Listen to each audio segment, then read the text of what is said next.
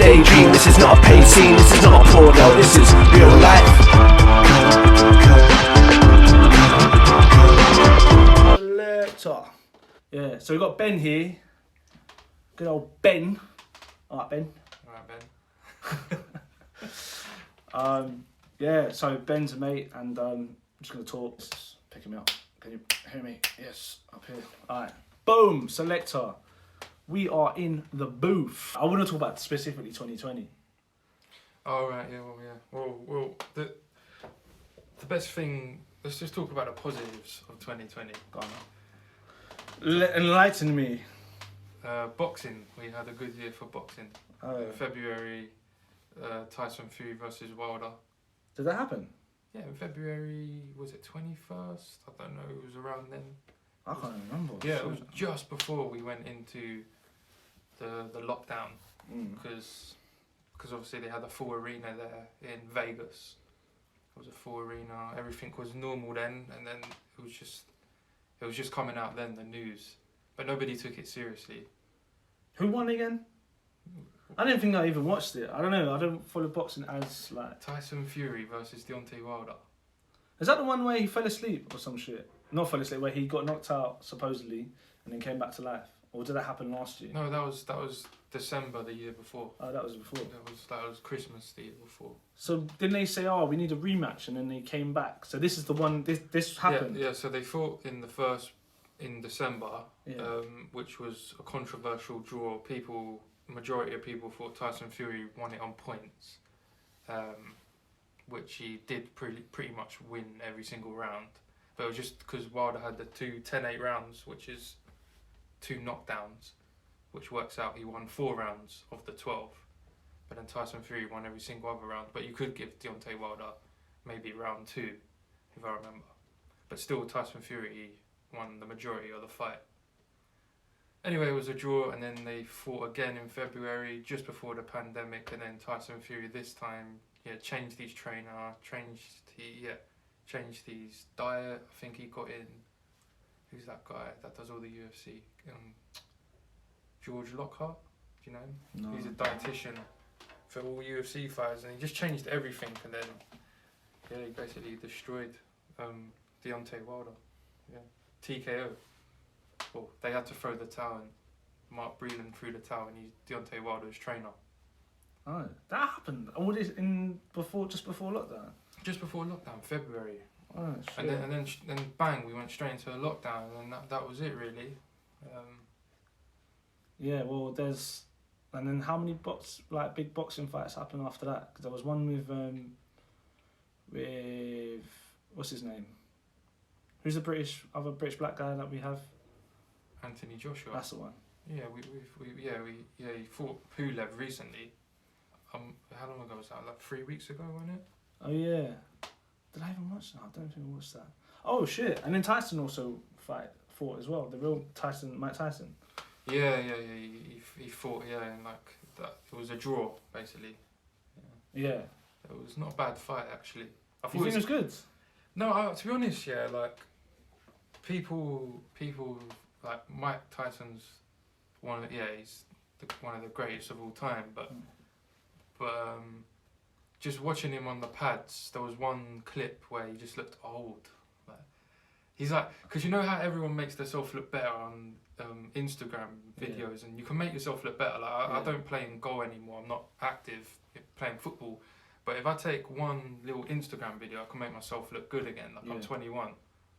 But there was one clip where he just looked old. But to be honest, before I was even watching, I thought it ain't gonna be the old Mike Tyson. Everyone's no, it wasn't. And then when but it wasn't bad. He looked old though. His movement was like. Yeah. In fact, it was good to watch to see him in the ring at first, and then it very, very quickly it turned from that to like, this is like kind of 2 older guys fighting, and it couldn't have been displayed more honestly than having Snoop Dogg's narration over it, and he was saying, what was he saying? Something about it's like watching my 2 uncles and having a fight at the barbecue. But what do you expect though? That Mike Tyson hasn't had the best lifestyle, has he? Like, do you know what I mean? like drugs and. But it was considering, even though despite you said that when you saw him in an Instagram video, you said that he looked old. I actually thought the opposite. When I was watching him in these Instagram videos, I was watching thinking that was fake though. He looks like mad, fast. Everything was looking. Anyone can crisp, look, huh? Anyone can look good on the pads. I look good on the pads. I'm fucking shit at boxing, really. No, but the impact. I haven't seen impact like that. He was going like it was like it sounded off the charts, and so if you compare that to his performance, you thought he's gonna break some bones. It was kind of. As what I was saying is there was another clip of him hitting the pads, and I was like, there. I see the glimmer. Like you could see, like you're old. Yeah. Because there's a YouTuber called Hatman Strikes Back. You should follow him. And he was saying it as well. He just looked old. Do you know what I mean? Yeah. So then after seeing that, and then watching the performance, I guess it wasn't too bad. Yeah. But for you never saw that. You was expecting the old Mike Tyson. To be honest, I wasn't expecting the old Mike Tyson. I knew it was gonna be a little bit tainted, like his performance. It was never gonna be like the same as it was. He still got. However, I still got techers though. He has. I thought. However, he was gonna throw some good jabs, and he kind of did. But that's the difference sometimes when you see these. It's kind of like when you see they make a sequel for in movies, and they bring them back one last time, and in their heads they're like, oh, it's been 15 years, but I still got it, and it's like there's just a little tiny fraction of something that you go, nah, you're too old, man. You're just too old. Yeah, like you're a little bit Harrison too old. In Indiana Jones. Yeah, it was a bit like he kind of talks a bit like a granddad. It's too old, man. It was the same with that. It was the same with Keanu Reeves in Bill and Ted in the newest one. Yeah. It was like watching them both. It was like, nah, man, you're too old. And then it was the same with Dumb and Dumber 2 with Jim Carrey and Jeff Daniels. It was funny. I thought it was good. It was a good sequel, but especially after like Jim Carrey decided to do a sequel, which is something that he never usually does. But it was there was that little bit of like, you're just a little bit old now, man. A bit too much old for it. Like it's not the same. It's not the same. And yeah, I guess with the Mike Tyson fighting. Yeah, it was. How long was the fight as well? It was like. I think it was five or 6 rounds, wasn't it? Yeah, it was short. Just a short exhibition. Yeah, short exhibition fight. Money raiser. Yeah. Fundraiser. Was it fundraiser? Because they said they can also get money as well, wouldn't it? They got quite a bit. Yeah. But not as much as Mike Tyson thought he was going to get originally. No. He was trying to. I think he was trying to get a fight with Tyson Fury, and he was trying to say like. It's gonna be $100 million fight and all this. $100 million fight. He probably got like 3-4 mil. I don't even know how much he got. I think after that fight, they're probably like, Mike, don't think we're gonna be able to press ahead of this, man. I think it was good. Right? It was good when when you're in your time, man, your prime, but you might just have to call it a day, like kind of thing. I feel bad in that way because I think. There's still. It's great that he's 50 and he's able to jump up and punch people, but it's just before this though there was a lot of fanboys that actually thought Mike Tyson could beat like Anthony Joshua. Now it's just ridiculous. Like he would have a stronger punch than Anthony Joshua, but Anthony Joshua would just be ultimately more fit. He'd be more fit, so he might be able to literally run circles around him. Which is what he done. He done that with Andy Ruiz? Just pretty much just jab, step back. He just did what the bigger man does. Yeah. You know what I mean? But strategically, it won. Yeah, he won. But that performance is fifth. I don't know, mate. To be honest, like. Well, Mike Tyson's performance. No, I'll talk about Anthony Joshua versus Ruiz too. Oh, well, I think it was a good performance, like, but. It's mixed opinions of that because everyone knows Anthony Joshua for fighting on the inside, like being taking people out. Yeah. But this time he had to resort to like boxing.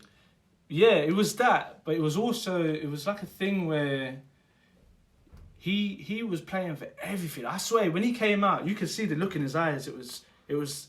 If I lose this, you know, like His life's over. Yeah, his life's over. brand You've lost this fat guy. He's a brand now, Yeah. isn't he? He's a brand like bloody Roger Federer. Like, Yeah. he's got that Cristiano Ronaldo, Roger Federer. He's got that Instagram proper status. Yeah. Like, he's famous, man. So I kind of compare it to like if them people in the Cube, you know, in the Cube TV show. yeah. Yeah, like and they get in that box and it's like I've got to complete this. I've got 2 lives left, and for Anthony Joshua, he had no lives left. Like No. if he didn't do this, he would lose everything. Like no one would be able to call him a serious guy anymore, because you would be like, nah, bro, you got your ass beat like twice by this fat dude. Like what? But, yeah, aesthetically he looks fat. Yeah, but he was even fatter than he was You in the got- previous fight as well. That Andy Ruiz. Yeah. Yeah, you do know that he never even did any of his training sessions. Yeah, 'Cause it he was had well some. documented by his trainer that he wasn't even turning up. What was that about, He man? lost his mind, didn't it? Because he's a poor, isn't it? Like, Yeah. he's comes from the poor family, and then to win to become heavyweight champion. How much did he get for that fight? He got He's yeah. like You 20 don't have to do nothing about Probably it got- ever again. With all the he at least got like 20-30 mil Yeah. off of all the attention afterwards, sponsors and for the Shit. Yeah. So- So in his head, he was like, I ain't got to work a day more. I'm basically just gonna go into this fight and turn up, like, and get my check. It's weird, isn't it? Because you'd think in his head he might be like, I can make double now if I really try and win this and go on to the next one. But yeah, you're right. If he came kind of with a poor man's mindset of like, Well, I've got my money now. after he won, he got his teeth done. Did he get his teeth done? He got his teeth done. So He so could have got liposuction at least. Like. Although he's got a fucking bang on him though. He's got a major bang on him. I think he's the best inside fighter in the heavyweight division. Shit. I used to think Statement, Anthony man. Joshua was, Yeah. but he won the inside war, didn't he? Like when Anthony Joshua Yeah. traded with him, he got caught. Yeah. Even in the second fight when they traded, he got rocked as well. Yeah, So he's yeah. like, fuck that, I'll just stay on the outside. Yeah. So I think he's the best inside fighter, but he's too small to be in heavyweight boxing. If you're big, you can just take him out from the outside. So, but on the inside, he's lethal. Yeah. His counter punches is just crazy, man. Yeah, I respected that a lot. I think about I liked his style on that. yeah, he's got a good style. So. Yeah. So yeah, that was all the boxing out of the way. We have Joe Joyce as well, and all that. But you probably don't know who that is. But he actually sounds like you a bit. It sounds like me. A little bit. Yeah. No, oh, fucking hell. Well, English voice as well, yeah. Or just a tone. No, tone. he's from Putney, yeah. So yeah, just the tone, yeah. Yeah. But oh man. Anyway, that's in terms of boxing, because this was turned into like the UFC podcast. No, but I guess that's what happened. No, also in February. Yeah. And then we went. Okay, so then we March. went into lockdown. March was lockdown. Yeah. Then all these Instagram people started coming out with, was it Joe Wicks doing his little training? Did he things. come out instantly? Did he just come out instantly with like push? Did he like just suddenly just go bang and put all his content like through the roof, or what happened with it? Or No, I mean he's always been there, hasn't he? Like, Yeah. I literally bought one of his book. Oh my days. Get Lean in 15. Jesus Yeah, Christ. because I actually thought he was quite quirky. I just thought I'd buy it. But I never actually read it. But he's just like a celebrity, you know, like them celebrity chefs. Yeah. And then it's just he's always been there anyway. So Yeah, no, he just thrived in He just in thrived, that position, in just like Amazon. It was Amazon's obviously $1 billion company, really, but $1 like, trillion, isn't it? trillion, yeah, it's insane. But it just thrived. It's one of those businesses that thrived in the times. But obviously, people want to say like it was a conspiracy theory by Amazon or something. That was maybe It's conspiracy theory. I don't know. There's something about it said like Amazon, someone else in control. But that's just all bullshit anyway, obviously. But what was it gonna say? I can't remember. So there, yeah, what was it March? March, COVID kicks in. Yeah, everyone's the war of the toilet roll. Oh yeah, toilet roll. Shit, man. Literally. So, you know what I find funny? I was in the supermarket. And I was thinking about the toilet roll thing.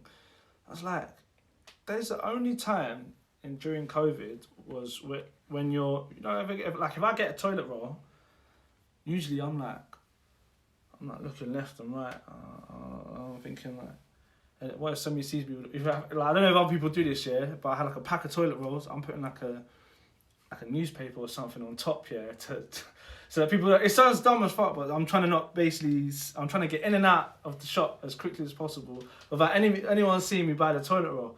But when COVID happened, it's like it almost became like a statement. He's like, I've got my pack of toilet roll. I managed to get one. So you felt conscious of buying toilet rolls. Yeah. I guess you get that when you buy, you know, condoms. Yeah, condoms. But yeah, no, I feel like that as well when I'm buying toilet roll. Like, but it's just stupid, really, because everyone has to go to the toilet. But do they? What about the monarchy? You think they use the toilet? What you're telling me they don't do shit like that? There was that thing in it. They always thought like, does a queen actually like? Does she have to wipe her own arse? Did you ever hear about that? There was a thought. It was just a thought in it. Like the queen that has to like wipe her own arse, but she actually, if she wanted to, I'm sure she could like literally ask someone to wipe her arse for her, and they would. Anyone rich could do that though. Like you can pay anyone to do that, really. Yeah, you could.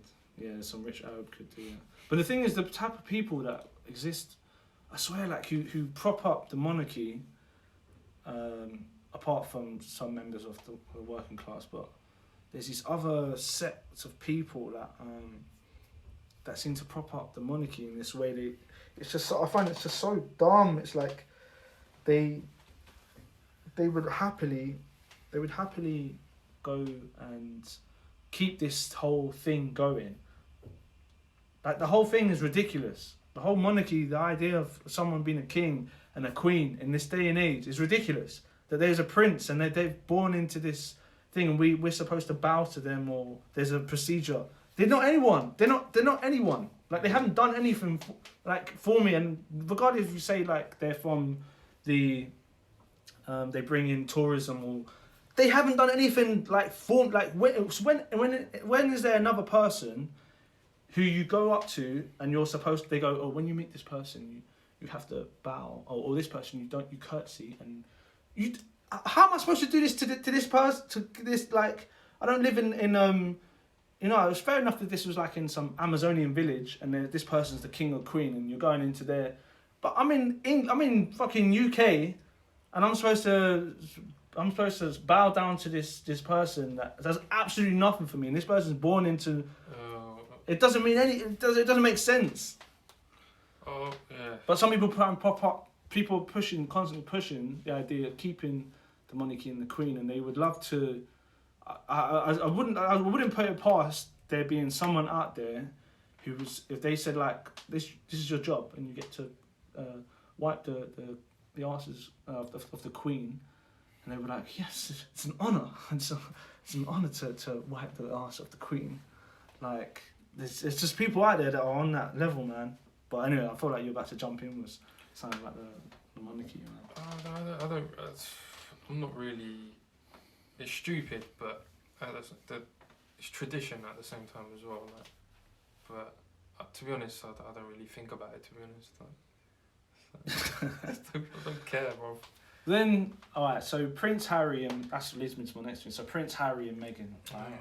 They left. Clash of two different worlds, isn't it? Yeah. Yeah. Well, it's so fucking.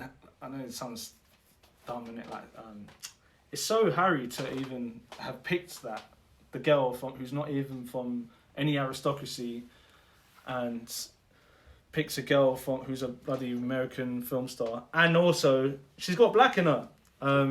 So it just breaks all the rules, and then finally he's like, all right, fuck all of you lot, I'm outie. Like, and yeah, gets on his way to Canada. So it's a big deal. Like that's actually a big deal in the 21st century that we've got two people who, you know, were like they were legit royalty. Like they were like if Prince William and Kate Middleton, if they were to die in some car crash or some kind of then would Prince Harry be in the running? I don't know how this works. No, it'll be Charles. Oh, so if Charles died as well, say they were like on a plane or something. Yeah, it would be Harry. Yeah. Somehow or another, yeah, They'd Harry have to and take up, yeah. They're not, So they have legit there's a legit route that they could be legit chance of them being the King Queen of England. by the time they be the King and Queen, would probably William's kids was probably grown up by then. Oh 'Cause shit! they got kids now, innit? Oh, so you have to kill them off as well. You're sick, man. That's a mess, man. See, that's the kind of thing you're living under as well, though. If you're in that weird world of monarchy, right?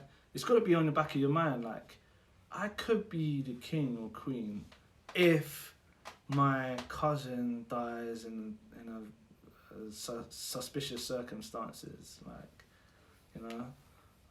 But maybe it's good that they got out, man. Otherwise, who knows what would happen to them, man. But yeah, it's not like I care about. I'm not one of those people that are so in tune with what the monarchy does. But I feel like as a moment in history, I feel like that was quite big. Meghan and Harry leaving the UK and saying basically like, or because people say that they were kicked out. She's gassed him up. She gassed them up. Yeah, Yeah. I could tell her. You just say yes, man. You just literally she's in control. You can see. You think? Yeah. Man, like Harry was like, oh boy, you're a light, you know. Like, I'll listen to anything you say. Like, yeah, nah. Well, yeah, there is that she might have been. But even if she was, How many times has she been married before? I don't know.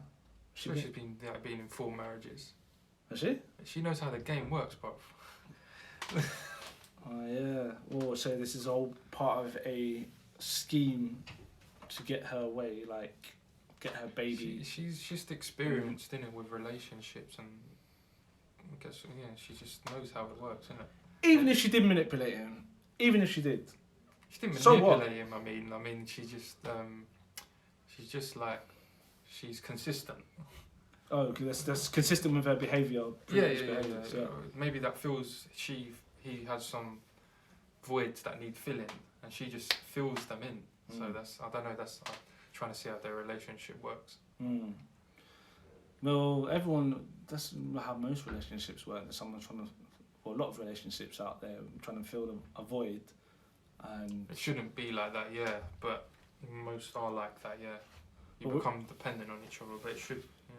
But with regards, if you're in something as deep as the royal family, then your every decision that you make has got to be. You got to think that one out quite carefully. Like I say, you can't literally like go in a bar and be like, yeah, she's alright. She's gonna be my wife. Like it doesn't happen that way. You can't do that. You can't mix in with the peasants. As a peasant, you just can't. You can't say I like Karen who's a social worker. Like, yeah, she's alright though. But mum, Nan, she's alright. Even celebrities can't do it either, innit? What the celebs? What can't do what? Big celebrities, you know, like your guy Michael Jackson. Yeah. He couldn't, and I suppose, or Justin Bieber and stuff. These people can't do this stuff, innit? Well, have relationships with normal people. Yeah, they can't just walk into a bar. They'll just, you know what would happen. But that's to do with social interactions, whereas this is like an unwritten, unspoken it's the rule. rules. It's the rules of the land. Yeah. Yes. But hasn't Harry been caught doing that stuff before, though? He probably had like little flings here and there. And they sign like forms and stuff that they can't talk about anything when they go. But he probably had stuff like that. But to ask for like hand in marriage, that's like when you sign the dotted. That person's not part of the family.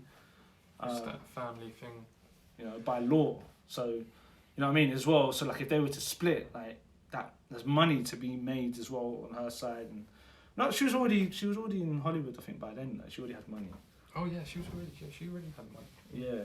What was the thing? You probably watched her shows and liked her, innit? Yeah, What was she yeah. in? That's what I don't even know. She was in that thing before. Suits or something. Yeah, is it? Suits. Yeah, he probably had it in his house. Like, Yeah. like, and then he eventually bumped into her one day, like, oh, you're the girl from Suits. Yeah. And she's just gonna be on him anyway because he's the. She's prince. like, you're Harry, right? Harry. I know about you. Like, You've got that British money. yeah, British. Like So your the dad's like Prince. Well, so, yeah, The my dad's Americans are power hungry. You know what they're like. No, they also, it's their dream to be part of the British monarchy. Yeah, they love Britain and they love Ireland as well. They love that kind of. Do you know what I mean? Yeah, they also find the Scottish thing a bit quirky as well. Yeah, like the Scottish thing. Yeah. I went to Scotland. And I went to the UK. How would they say it? They're like in the United Kingdom, and like Scotland's a part of that, right? Like Scotland. Blame Harry Potter for this one. Harry Potter, man, just. Yeah, so it gives it that idea, but it's not just Harry. There's films. I say this from the time, man. It's like there's films. People have argued this as well about Richard Curtis films. So like Notting Hill, 4 Weddings and a Funeral. What's the other ones he's done? Love Actually. They all put this image of like, well, basically a white England and it gives this ideal way of looking at posh people and living in England, and that's the idea of what England is. So, yeah. And Prince Harry and that's like at the top. It's right at the top of what you can, yeah. But I guess as well, like you're made for life if you, like, it's a status thing. Okay, so we've got to March now. We mentioned Meghan Markle. No, we mentioned Meghan Markle already. We mentioned Caroline Flack. Yeah.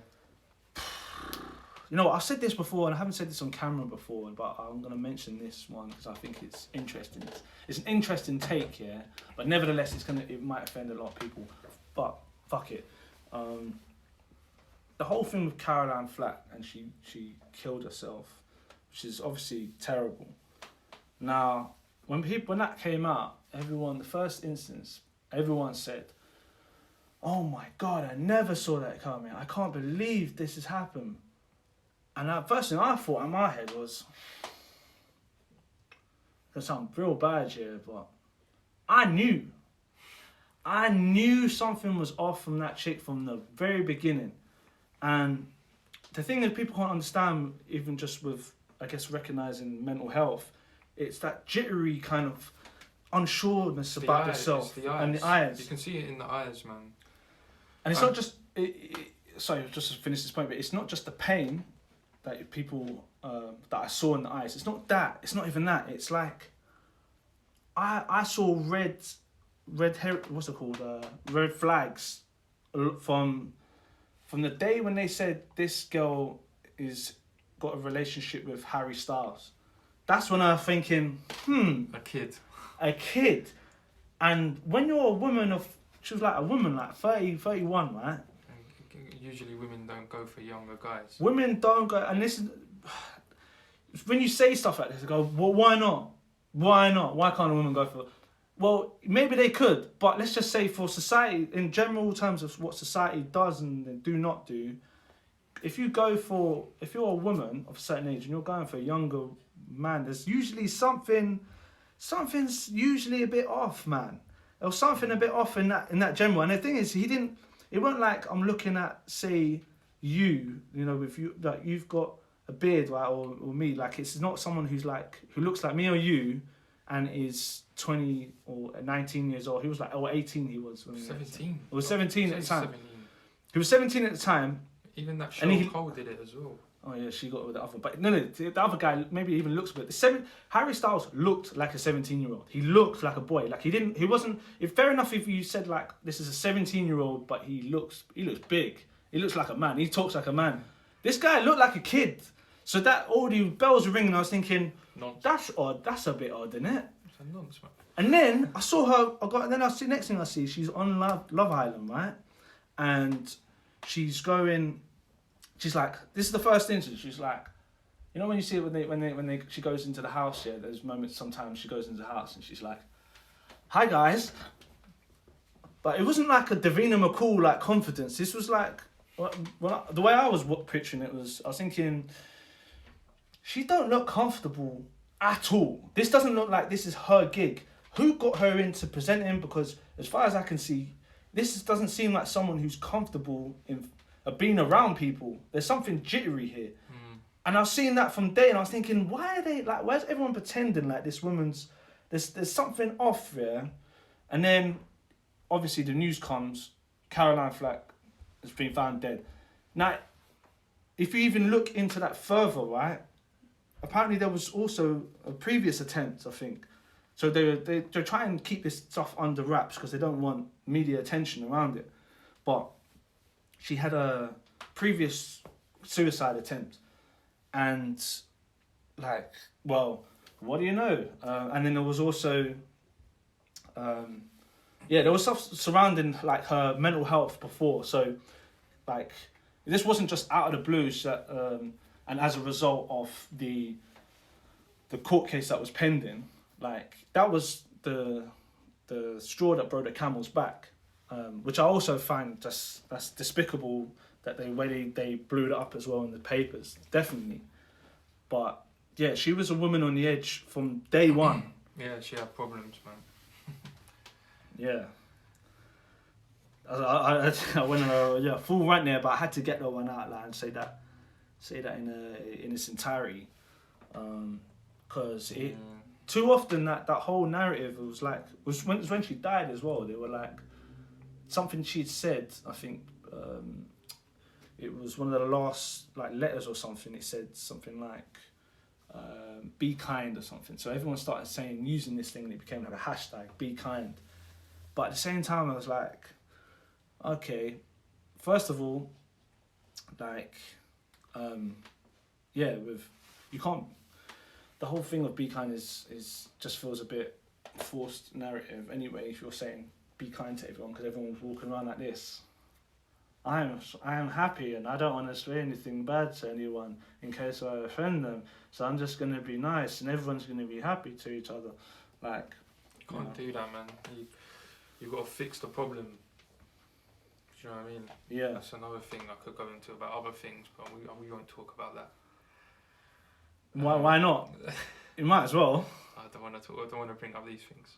All right. Just look. A lot of people in society have problems, innit? Yeah. And we're told that it's not a problem anymore. Mm-hmm. Do you know what I mean? I have no problems with people. If that makes them happy being that way, then they can, you can do what you want, innit? But when you've got a problem, I'm just talking. You're talking vaguely and trying not to get any and be like when you've offensive got in any way. A personality disorder of such, yeah, you shouldn't be told it's okay to be like that because you're going to continue suffering, isn't it? Like, it does make you feel better. I ain't gonna lie. Like, obviously they're gonna feel better getting the support and stuff. I get that. So you know it's okay to be that way, but don't make it into something where it's like it's okay. You still gotta get some help to fix your problems. But that's this liberal push as well, where they keep saying it's okay to just be crazy. It's okay to be like mad and act. Well, maybe that's just you. No, it's not. Sometimes you're fucking batshit crazy, man.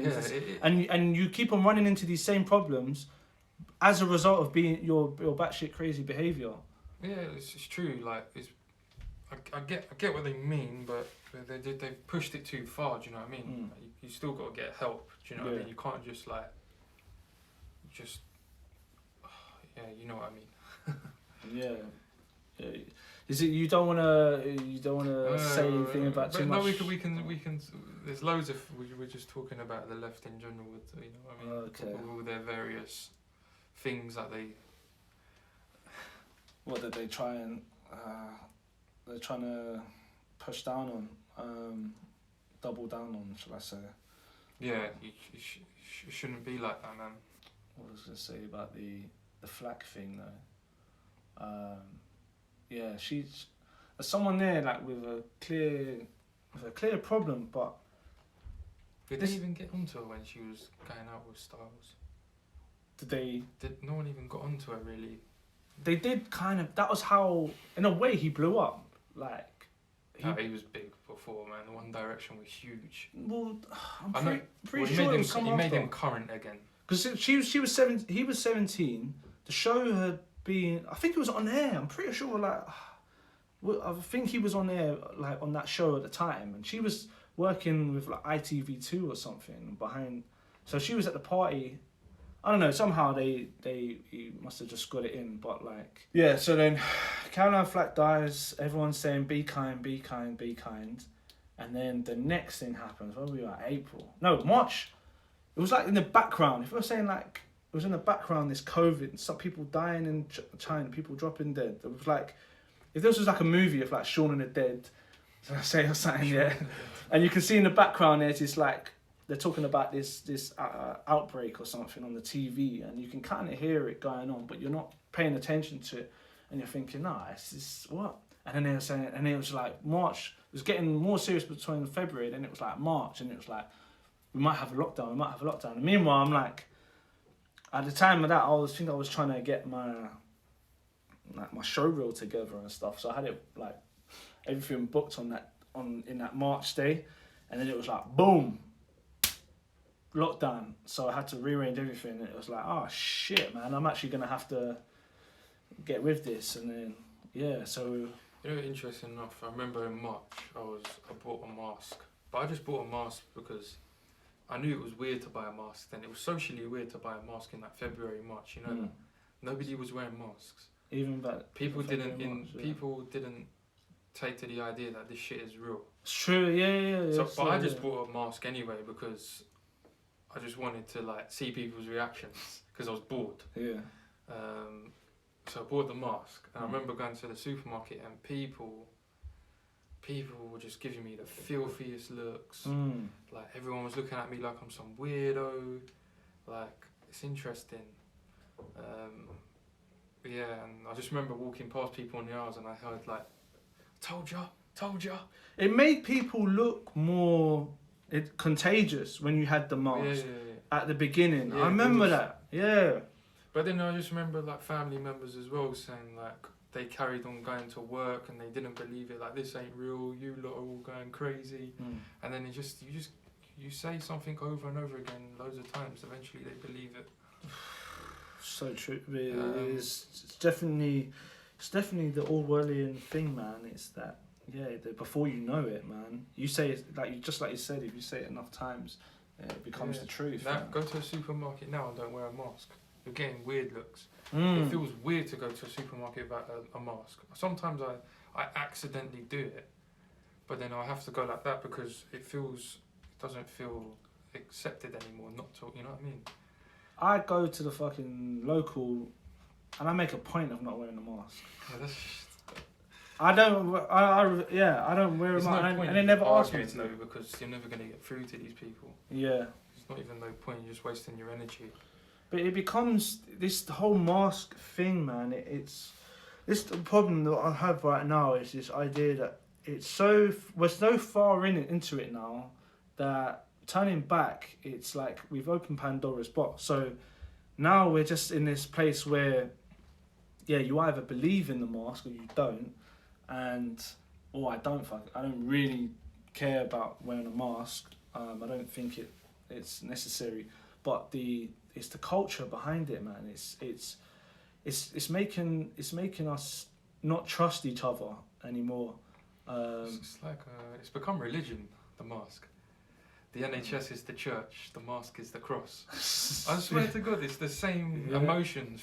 The ideologies fueled it. Think about it. They could though. I could see that somehow being interpreted. The NHS in years is the to church. come. NHS is the church now. Save lives. Jesus. Save lives, yeah.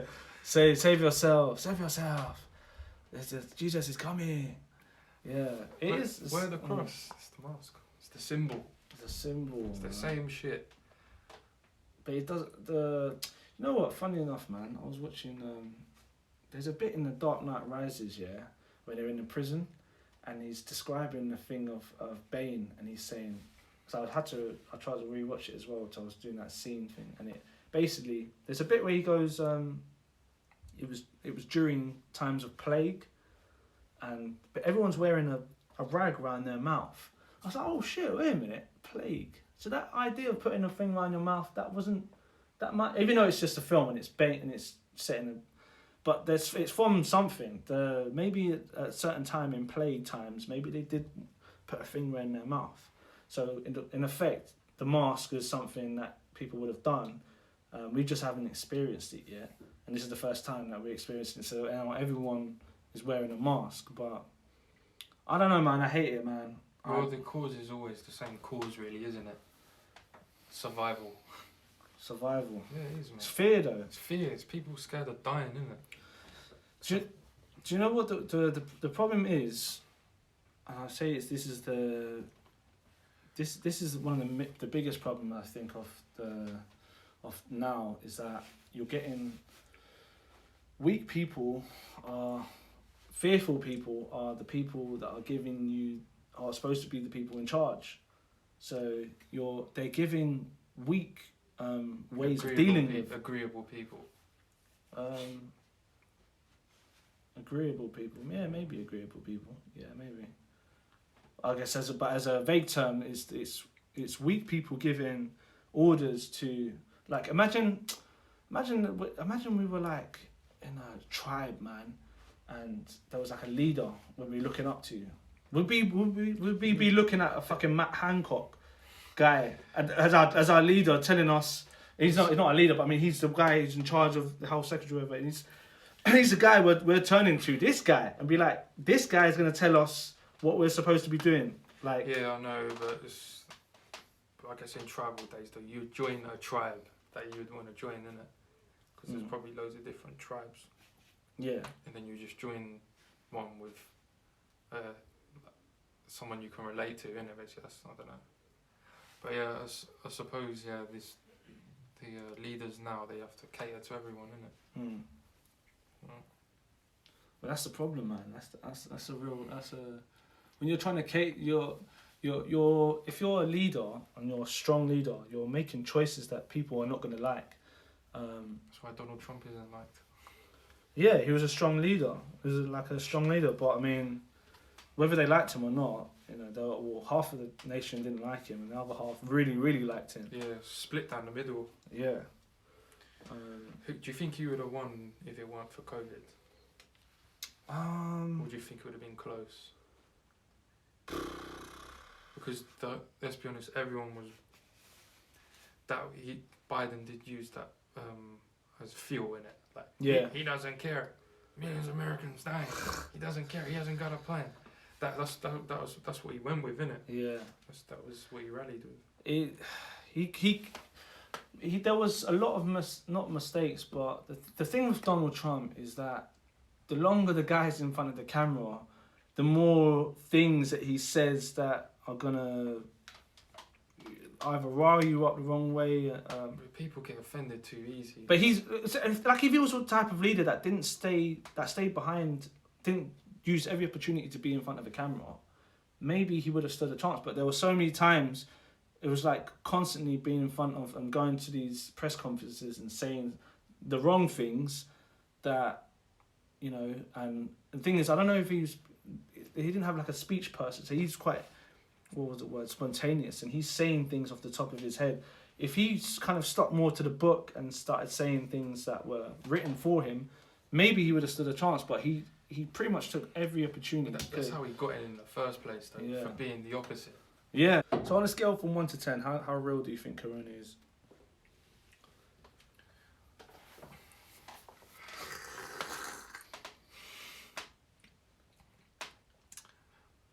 I'm being objective about it.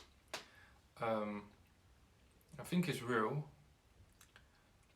but I think it's been blown out of proportion because the recovery rate is not really. If you're healthy, what is the recovery rate like? I'm saying these things and I can't even back myself up.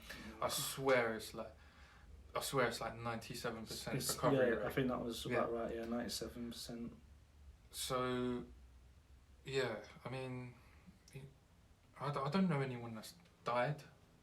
Like, listen, at the start I was bare, like, you know, and I still wear a mask, I sanitize my hands, but I did those things anyway. And at the start I was like, right, this is kind of scary. But I've always been into apocalyptic films, so, but I'm aware of that. Yeah. But, and then now, it's nearly a year later, now I can give an actual response on it. There's nothing to be too afraid of. I think the biggest problem is that it is real.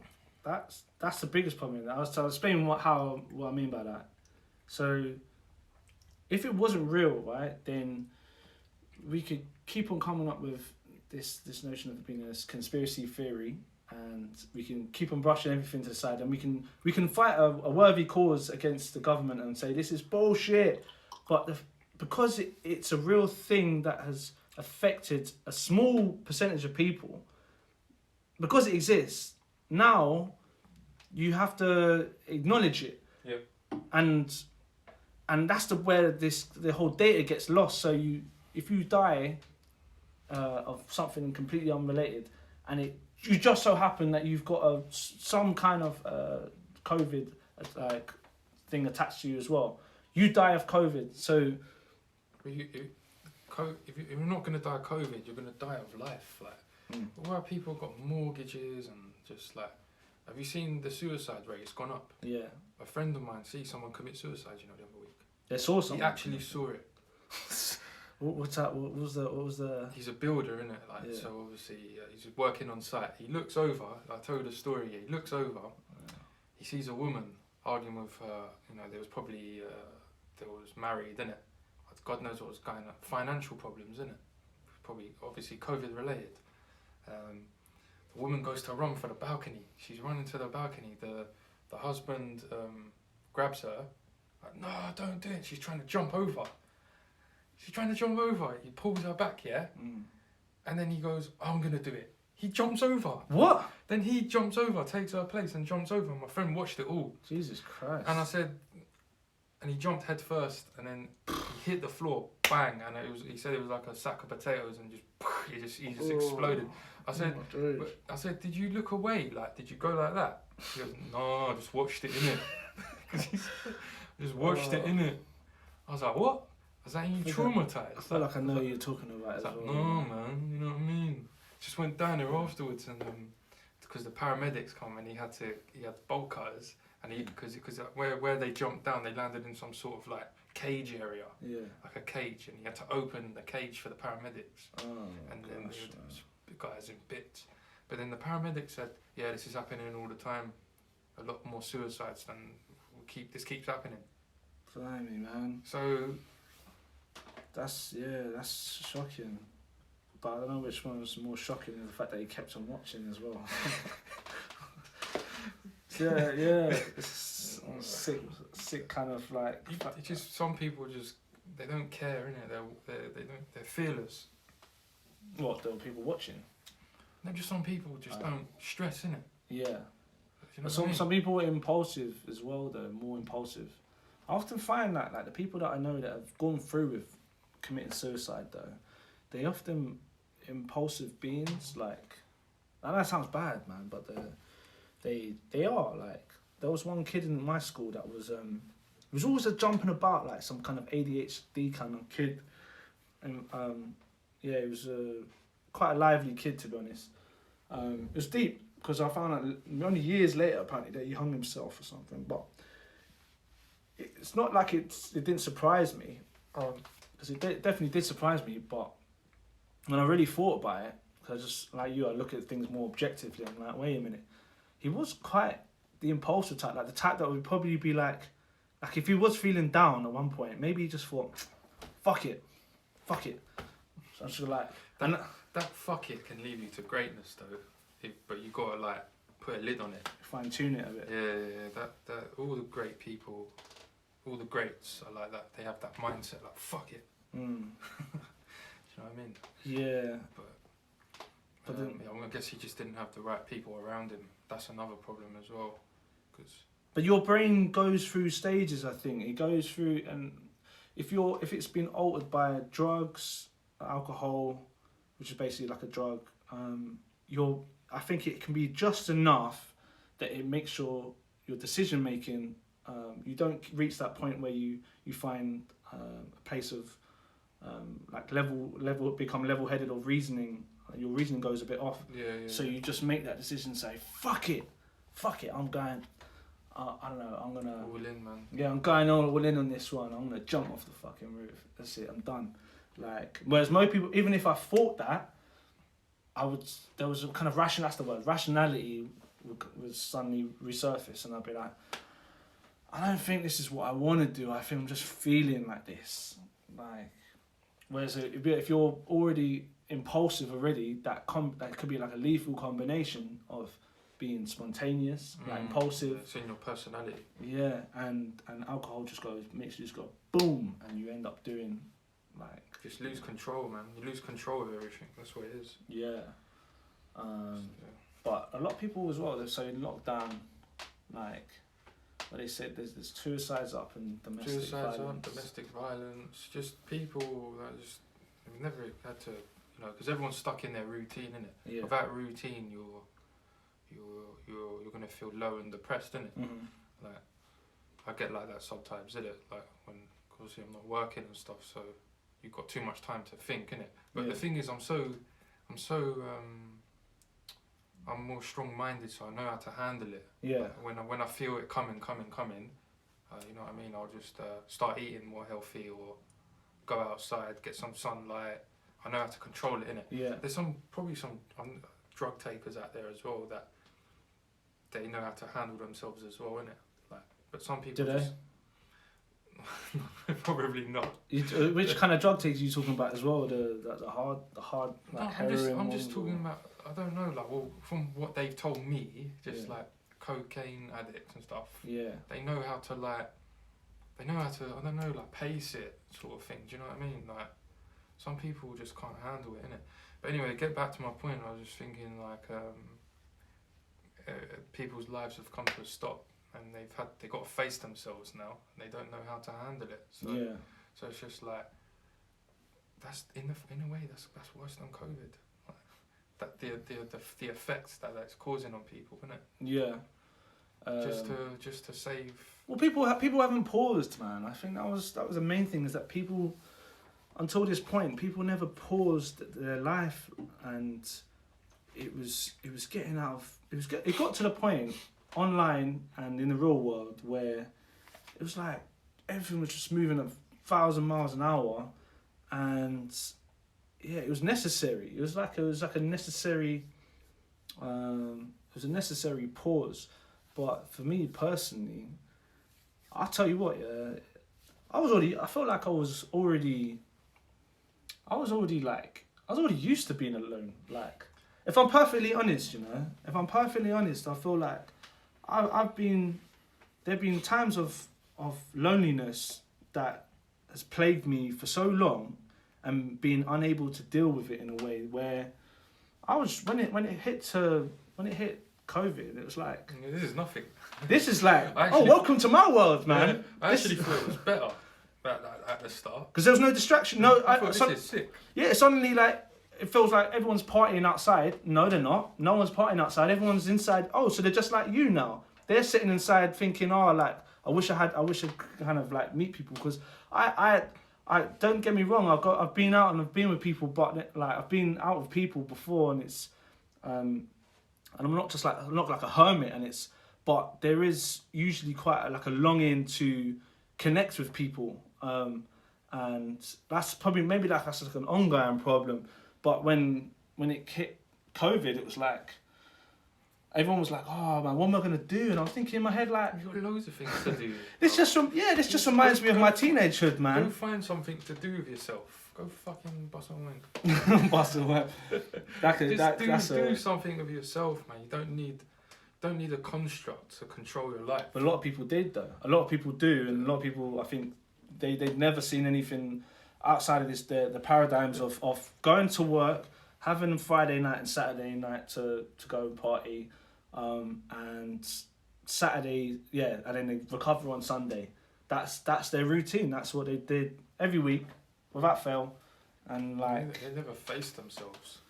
Yeah. I don't know who they are really. There was one guy on Joe Rogan. Do you see when I can't remember. He apparently got trapped on an island, and it's his Castaway movie. no, it's Tom Hanks. No. I don't know what. I don't know what he. It was just literally a snippet I watched, and he said he got stuck on an island, and he had to face himself, and then he had to face all his problems, and then he just realised like, oh shit, I'm no one.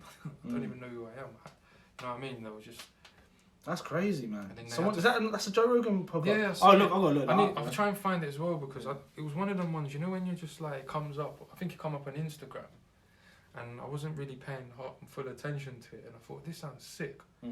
So, like, yeah, he had to face himself, and then he realised that he was no one, innit? It's just a construct. Yeah. I think that's what Russell Brand always talks about as well, innit? But he talks about it in a spiritual way. But well, the Buddhists and Buddhism and stuff like that, they've talked about this for a long time, and it's still relevant because we're all in it. We're all trying to figure out life and figure out who we are and what we do. I like how Russell Brand is aware that he tries to he's aware that you know. You need to get them crazy spiritual people that are proper diehard. Yeah. And there's nothing else. But I like the way Russell Brand is like still more kind of objective, isn't he? You know. He's still a little bit in touch with the now and not completely self-absorbed. Because you've got to relate to everyone, innit? Yeah, like some of those gurus, man, they're self-absorbed and they live in the commune and but the thing is, it works for them. I think a lot of the time, I've realised this year that a lot of life is to do with strategy, and you can basically end up doing the same things for a long time, as long as that strategy works. And it doesn't matter whether sometimes maybe you hurt people or maybe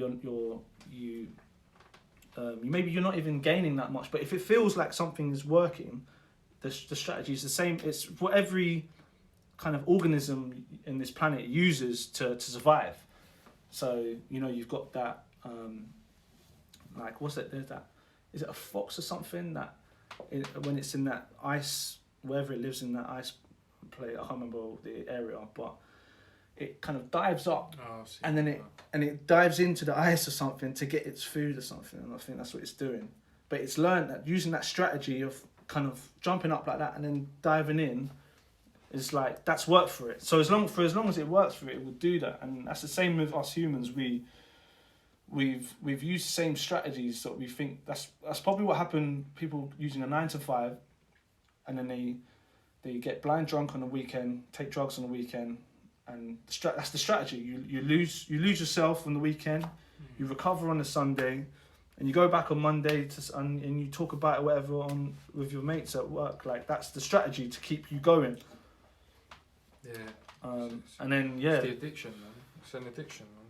Well, they're addicted to work. Not that they want to. People say, but I need something to do. No, you don't. It's not that you want to work. It's not that you want to fucking you work in a factory moving fucking boxes. It's not like you want to do that. You like the interaction that you get with your mate. You like the idea that I feel like on a personal level, it's to do with, or on a base level, it's to do with creating.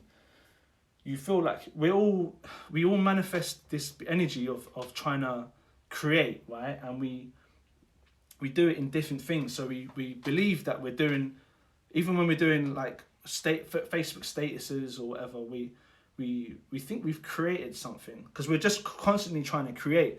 And that's how people, I think, become trolls on stuff, because they feel not only do they get the interaction, they also feel like they're creating something. But Yeah. when you really create something, that's when you get real satisfaction. Like if you create a baby, for example, or you create, that's like the ultimate thing that you can create is a baby. But what other things that you can create is pieces of art and like, you know, create a novel. Like you get much more satisfaction from those things. But you're manifesting the energy that you're put on this earth basically to do, which is make a baby, create something. Yeah, reproduce. Reproduce. Yeah. Fuck, you know, create. Yeah, create. Fucking, what a lame word. Yeah, reproduce, but create is like, because you reproduce is it's funny. The word create, is someone we can create it, right? We can ourselves make something. It's like a person makes something, but reproducing is something that you're basically making again from someone else's like someone else before you made it. So you're now making it as like, you know what I mean? It has two different terms, two different meanings. That's why I suppose I'll say like create. But yeah, that's it's kind of funny. So if you think like there's a theory that the universe has been constantly reproducing like for like infinity, right? Whereas the creationists, I guess, would believe that God created the universe. But yeah, if I was to think of, but what was it stemming back from? I can't remember what was the idea. Oh, yeah, we're yeah. just talking about how people in COVID have finally had they don't know what to do with themselves since losing their jobs and stuff like that. Do you know what I mean? Yeah. That's what we was talking about. Yeah. I found it amazing that people, even 6 months in, were like, I'm just gonna drink. Did you drink? I haven't actually, because when I drink with no motive, I get depression. That's what I would have predicted. I get depression like if I'm, well, we are having a little drink now. Yeah. But it's different. Social. We're doing something, yeah. But if I just drink, like Christmas Day, I had a few messages from friends saying like, oh, I'm drunk. I'm like, why? Yeah, why? Like why? Like no, but I mean they were getting. It's no harm having one or two. But when you're drinking to get drunk, why? Like where are you going afterwards? Are you going out? Yeah. You're going to a party. Why are you drinking that? That's one thing I've never agreed with. Like, it feels like it gets them to the place, to where they need to get to. You know? But it's like, and then when you feel the music when you're drunk, because when do I ever dance? But when I'm drunk, it's a buzz, isn't it? Yeah. The music, like. Yeah. But when you're drunk and then you can't entertain that, it's like, this is depressing, man. Yeah. And then you're just laying there, bro. It's like, I just want to go back to normal. Mm-hmm. Yeah, it doesn't make sense. It never made sense, the idea of drinking in this whole lockdown thing. I just like the whole idea of it, like I'm fully up for having a drink and go out before night, pre-drink. I'm fully up for that. It's fun. It's with people. But like you say, you and then what's the end product as well? What you wake up fucking hungover, like by yourself in your room, with nothing to account, like there's nothing to look back and say, oh, that was a wicked night I had last night while I was drinking, man. Like, you were just drinking for the sake of it's not the one. Yeah, but that's an example. That's a good example, I guess, of that's what people did. Maybe we'll look back at this at a point in history and more like that's what people did. They just, before COVID, and I wonder how much people have developed themselves in this year. You know, how people really developed themselves in this year, in comparison to their whole entire life. Like, that's what I'm interested in. Do you miss going out though? Miss going out? You know, nah, it's not the going out bit. It's not the going out. It's not. I don't miss going out like sometimes. I don't know. It's weird. It's not like I want. Sometimes we confuse ourselves of what we want, and we think, oh, I want to go out and I want to be like on a night out, we're having a drink, yeah, like there's all girls and just like in a bar and in clubs. It's like I'm not sure. At some points I've enjoyed that anyway, like, but there's things that I've done this year that I've been like, man, it's amazing what I've put my focus on when I haven't been going out. So it's what I personally miss is the idea of honestly it's the normal freedoms of what people did prior to this whole thing. Because it feels like a nightmare, the idea of people walking around thinking they're gonna pick up a disease constantly. If you're going into like I didn't travel enough before this whole thing, and that's one big regret. I'm thinking now if I was to go anywhere in the world, there's just gonna be this thing of wearing a fucking mask. There's a good idea. There's a good chance that you're gonna be wearing a mask wherever you go in the world, and it's like all this social distances. They're trying to say the new normal. It's like this is a nightmare. This is a living nightmare. What you're and they're saying, oh, if you do this, if you do this for a certain amount of time, eventually we'll go back to being, everything will be okay. But that's not just a lie. That's like you're trying to sell me something that like if you're, how do I put it? You're developing people for a long period of time. It's like, here's an example, right? Who are you? Like if you get Apple Music, when they give you it for 6 months for free. That's what I was amazed. I think I got that start of the year, and I remember thinking to myself, I'll probably cancel it though. But I'm thinking, hey, they'll probably get me though. 6 months, I'll probably think, twice. And you know what? That's exactly what happened. 6 months down the line of having it for free, it's now a part of my life. I have Apple Music. I'm now okay with paying £10 a month for Apple Music. Something that I didn't do previously. So now and this is how they get you, these marketing people as well. They know this shit. So 6 months of doing something, before you know it, that's now a part of your lifestyle. So now wearing a mask, it's now, if they say it's safe or not, you're going to be wearing a mask anyway. But that's just human nature to adapt, isn't it? Well, like when you start a new job, for example, you feel a bit... Do you ever get that when you start a new job and you feel a bit, I don't know, like a bit of anxiety, or like you're just not used to it, and then eventually, or like when you used to go to like start a new uni, you go to the new uni class, everyone's a bit on edge, and then I'm not too sure if it's not for me, or you know what I mean. And after a while, after a month you adapt to it, and then it just becomes part of the routine.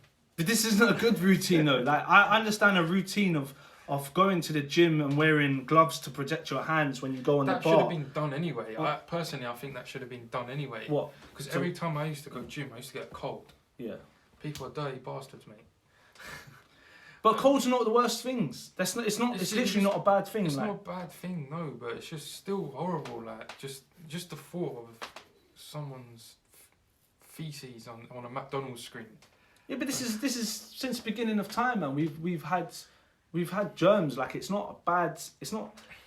Yeah, our knowledge of it feels disgusting, which is also why we put sanitizer, because it feels disgusting. And washing the hands, it feels better that you've got clean hands. But having a bit of dirt on you is not bad. It's not the worst thing in the world. And this is also part of the problem. So they're trying to make you believe that like this is a harm to humanity if you have a little bit of germ, if you have a cold. It's not a bad thing. I'll tell you what is bad is that the fact that if you got worse than a cold and you've got like flu. Remember when you used to go to work, yeah, and if you had flu, they'd be like, yeah, it's okay. Be like, usually I'd imagine some Polish like manager or something coming to work, and she's like, it's okay. I come to work. No matter. I come to work. I have to work, I have to No, make money. And you're like... That's it, money. And you're thinking, wait, but you're like sick as a dog and you're here. They don't care, bro. It's just... But it's that... The fact that they make it as if... Before, it was like, that was like an acceptable thing. Whereas I've always thought, if you're that ill, you should be at home. And you shouldn't be... Maybe you shouldn't be making everyone else contagious. That I feel is a good thing for humanity. But having a little bit of germ when you know, like... Constantly spraying when you go to the gym and you're spraying up the chair, spraying up the bar, spraying up... People spraying it 3 times over. I'm like you spray before you get on it. Then you spray when you get off it. Then some other, some person who works there comes along halfway through and starts spraying it, and you're like, "Ain't this clean already? Like, this is ridiculous. This is insanity. We can't be living like this. We can't be spraying everything like this." Yeah, I mean, if everyone sanitizes their hands before they come into the building, then it's clean, isn't it? But then they can go to the toilet. But then when they come out of the toilet, they've got to sanitize their hands again. But people don't care, mate. Most people wash their hands. Or maybe no, they actually don't. Maybe they don't actually. Maybe they don't actually. That's the thing. They don't. But it's not deadly. That's the thing. It's not deadly. Like. But what? Yeah. What are you talking about? Coronavirus is not deadly. So coronavirus. Yeah. So now it gets back to that thing. So if you do wash your hands, then you minimize the idea of passing the coronavirus over. Oh, so that was the other thing, man. The whole thing of what was it? This is the worst part of the psychological mind game that they've got you in, right? Is the they don't. There is no they, by the way. They don't intentionally impede. It's just if you put something out there as much as possible, it basically becomes like religion, as I told before. Like if you like. It becomes a dogma. Yeah, but that's it. But well, I am literally saying they because this is what the government have told. The TV is telling you, right? When I'm saying they, I'm referring to the TV and what the government is telling us, right? Or the system, Or the system is saying, if you are asymptomatic, it still doesn't matter because you could possibly give it to someone else. Do you know how messed up that is? You know, like crazy. That's living in a schizophrenic kind of paranoia. You're okay, you're good, and you go out and you also meet someone else who's also good. But guess what? They could also be infected and pass it on to someone else who might not be infected. That's the problem. And then insanity. With that, people are just going to stay indoors. But the thing is, people have bought that up, and people subscribe to the idea. Scared. You know how scared they are. Because they're watching BBC News constantly as well. If they're old. Have you done a COVID test yet? Yeah, I did one before I did some film work. Where did you do it? At the Warner Brothers Studios.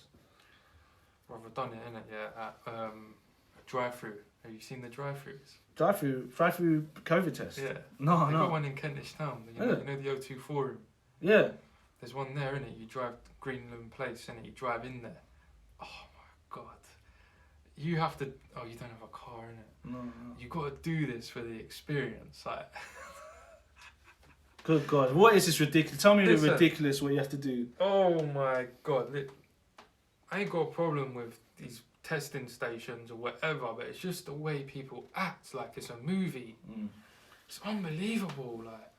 What is it? So you roll up in your car, yeah, everyone's queuing, and then there's like 2 people there, like in fucking the overalls with the mask and all that, and they're like, and then they come. Wind down your screen. So open the window, please. Open the window, Like an inch or 2, and then they call your name, and then you go in, and then there's someone else say come, and then you go through like these.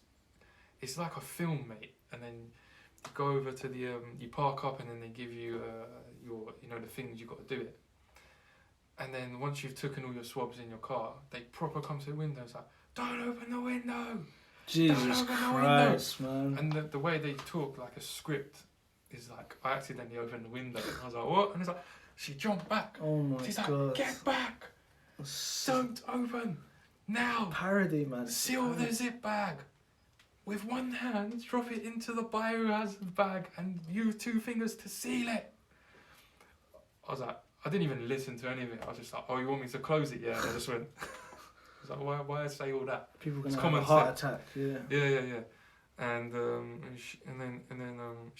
and then you drive over, and the next guy, yeah, he's proper like coming over shaking. I ain't joking, shaking, and he's got the little pickers, like, proper coming to the window, like to like. Just, Oh my gosh. and then they pick it off you, and then they're like, shut your window. Then you shut the window, and he scans the QR code, and he's like, you'll get your results soon. Like, it is. They mate, must feel like they're it is doing mad. God's work or some shit, man. But you know what's even funny as well? Before you get there, they ask you how you had a test before. Yeah. All of the people there, yeah, fucking. All the people turning up in their cars, yeah, they've already had 100 tests before. So you look at them and you look at them and you catch eyes, and they're all like, they're like constantly testing themselves, and it's just laughable. Like, Yeah. you don't need to be that afraid, man. It's kind of like we've woken up in this. It's in times of pure insanity, man. It's pure insanity. Like, It's cowardness, mate. That's what it is. yeah, for fear. It's fear, man. It's Imagine these people in World War II. that's my uncle kept on saying something about when this was earlier on in the year. That it was like comparing it to, he said, well, people in the World War II, they were, we were out there for 5 years or something. People were in their houses, and had to deal with the war. And I was like, this is the kind of narrative that they push as well, like on the TV as well. It's like they try and compare it to like some kind of war. It's like, this ain't no war, bruv. Like, it's a fucking. This is a cold, man. Let's not get it twisted. And like, the procedures that you've got in place are based on fear. Like, they're not. It's not based on reality. Well, it's well documented. If you study media at uni, they actually tell you this. There's loads of university texts and books that quote this.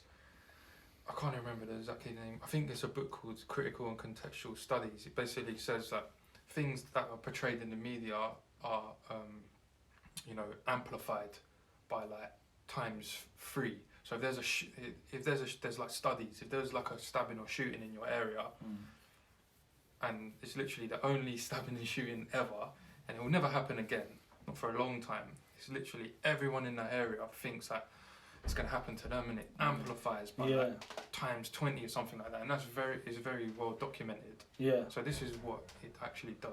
Well, that's the power of the TV. No, that's what it does. Yeah. Yeah. No, it's actually true. Like, even university lecturers, they actually just laugh. One of my lecturers, he's actually cool in it. Like, two of them, they're just telling how powerful the media is, and that they used to lecture us on that. It's just, that's what it does, mate. I never used to believe it as much as when I was at school, and they used to say that. They used to go about how powerful the media is. I just think, nah, it's not that powerful. Come on, man.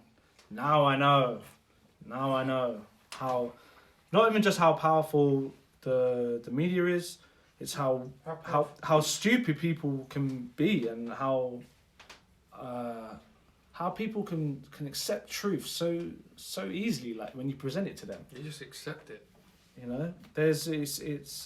I didn't think it was possible. I think that's also this year's taught me. It's if you present the truth in this way, like people just quite easily, like, remember the whole the Corbyn thing. I know that's last year we should be talking about, but kind of led into this year. But like, Yeah, what are you saying about Jeremy? Jeremy Corbyn. Yeah.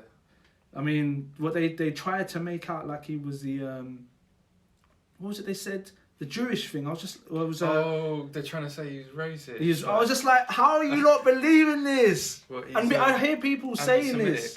Yeah, He's Simon says it as well, man.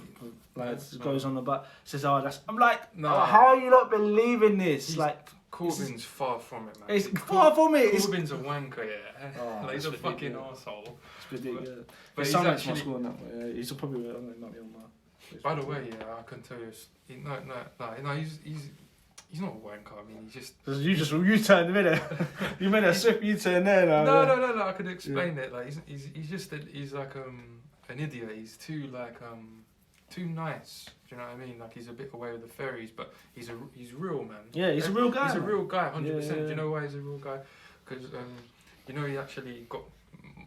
actually in the 90s, actually got my mum a council flat. What is it? Did That's you know that? forevermore. Like Yeah. you're saluting. You know he's real, bruv. Like he's got time for people, but obviously he can't now because he. But when he was the MP of Islington, my mum actually went to his office and said, "Oh, there's all mould in our flat," because we was in like a studio flat in Archway, and he was coming round to my mum's house, and like, "This is disgusting," and he was like, "This is disgusting. No baby should live like this," and he was like wiping the mould off the walls, and he proper ended up getting my mum like a 2-bedroom house.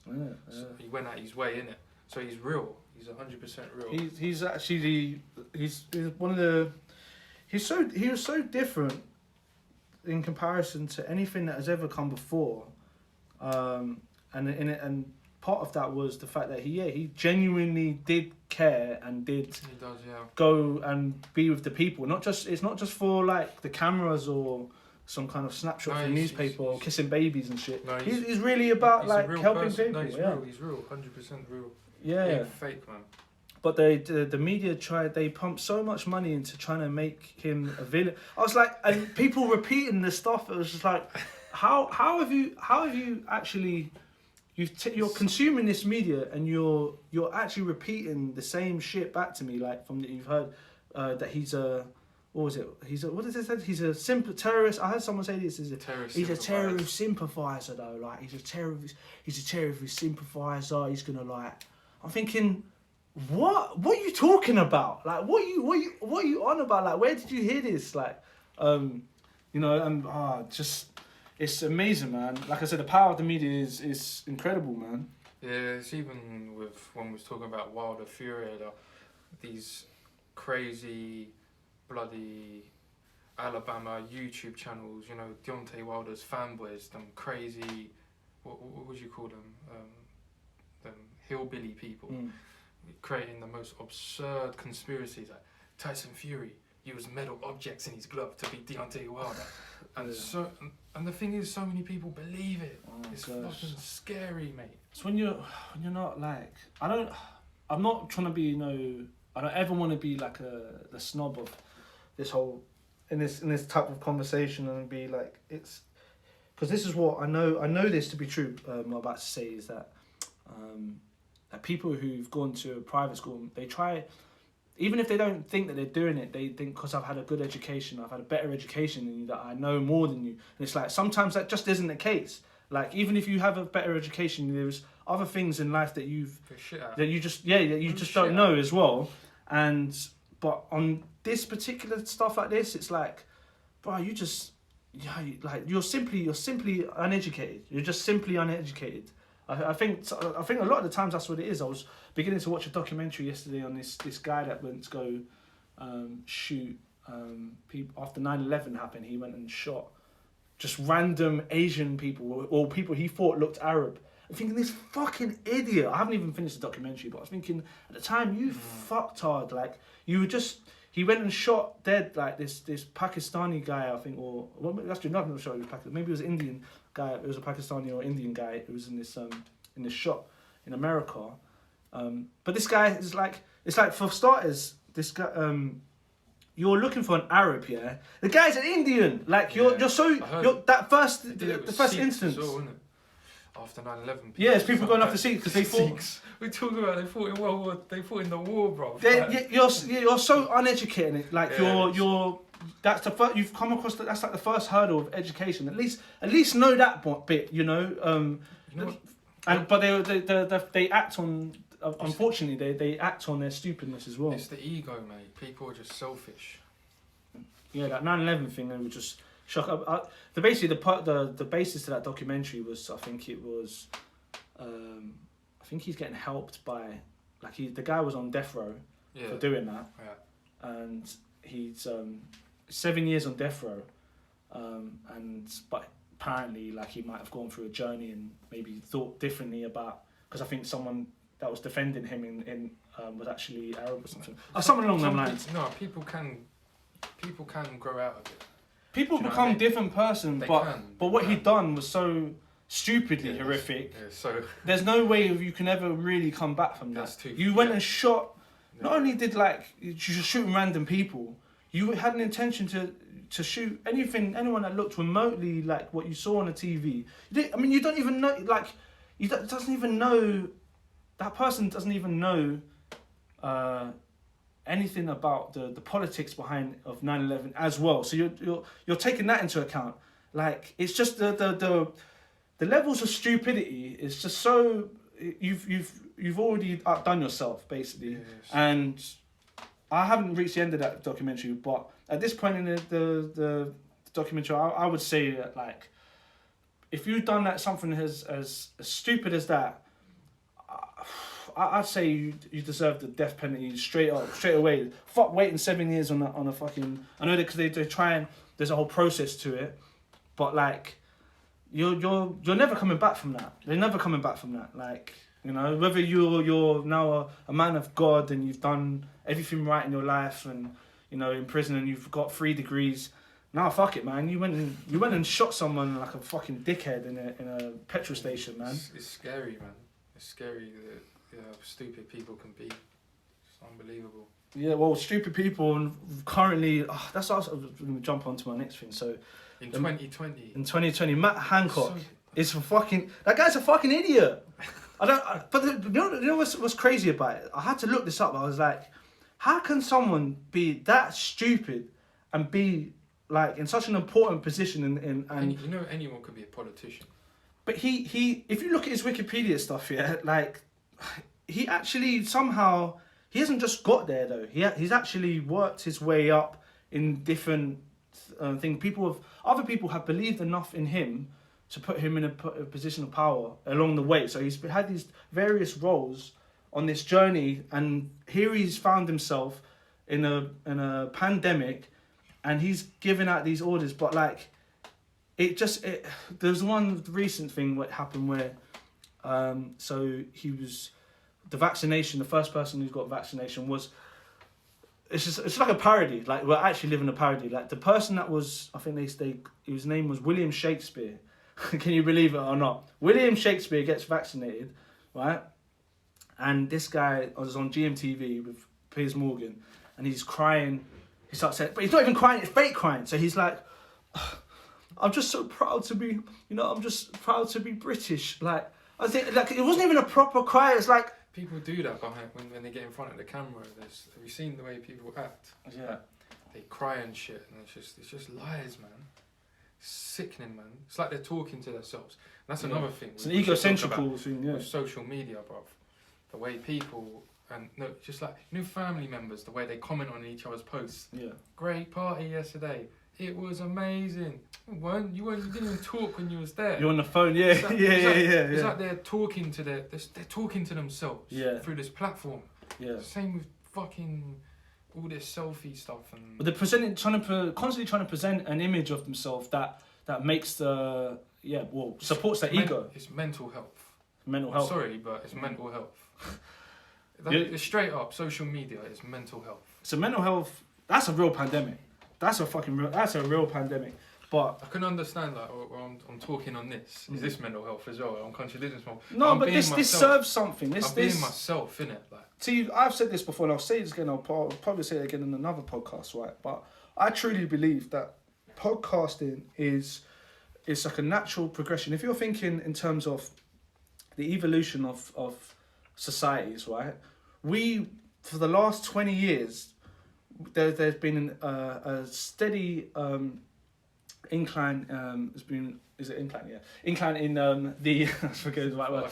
The reality TV started off with Big Brother, right? Yeah. And ever since then, it was getting madder and madder and madder. Like, it went from Big Brother to getting a bunch of fake Essex people in, to changing the show to fucking what was the other show that Channel 4 made in Chelsea, Only Way is Essex, and then X Factor started. Still got 20%. So yeah, the Only Way is Essex, and then it got to the last bit was like Love Island, I guess is the last one. But it got to a point where conversation had got so distorted. Imagine Big Brother was originally the camera shows people having normal conversations in a trapped area. I know they edit it, but still, it would be somewhat some kind of observation. It got from that to fast paced, pow, pow, pow, pow, pow, constantly, to like, so it got to the point where they've got actors or actresses or models basically coming into like places like Love Island and stuff. People with all of an Instagram following. So it's what we're watching. It's not even a reality anymore, but we're calling it reality. And they did that with Only Way is Essex. I mean, it's not even real what we're watching, but we're pretending to watch something that is not real, right? Yeah, they're playing up to the camera.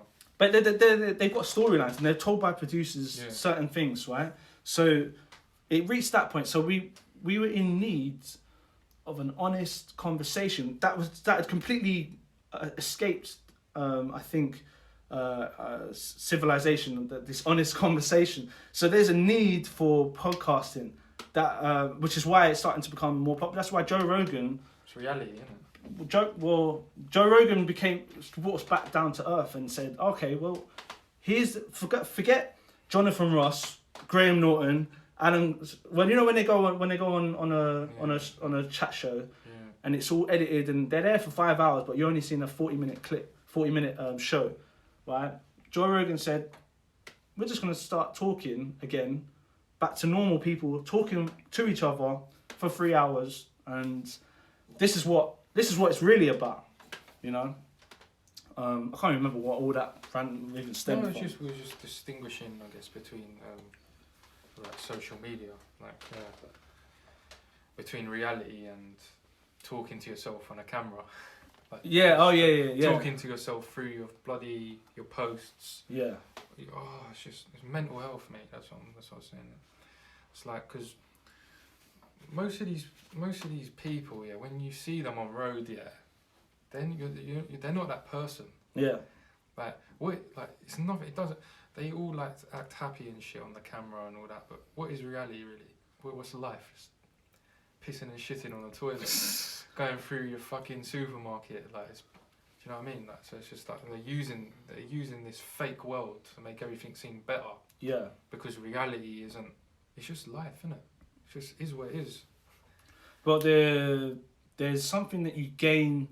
Well, dopamine hits. That's the other thing that we gain when you get reality. So that's just insecurities. This is like attention seeking. But we're all maybe made a little bit insecure now. So it's just like a drug, is what it works in the same way as a drug. So when you have, if you have an alcohol dependency, your life is on a straight line normally, right? This is what you're normal. But when you have alcohol, you have that crash, right?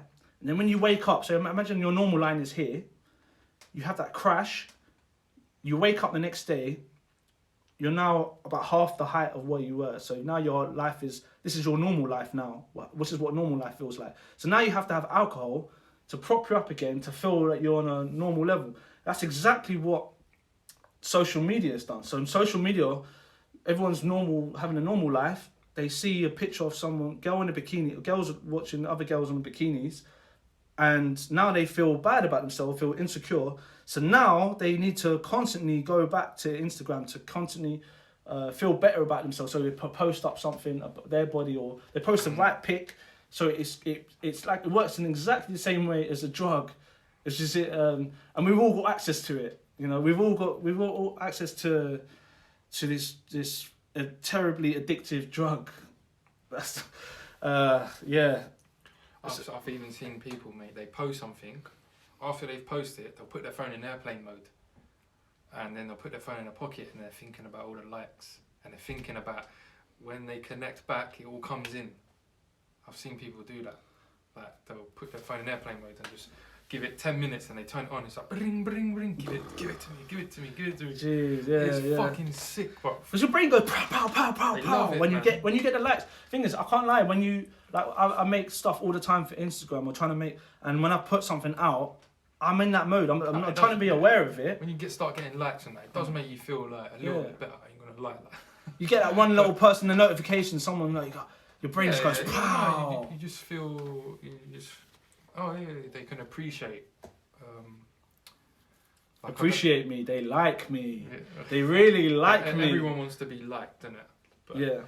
But it's just some people just go beyond, man. Like, well, some people are stuck, as in they're stuck. melts in real life, mate.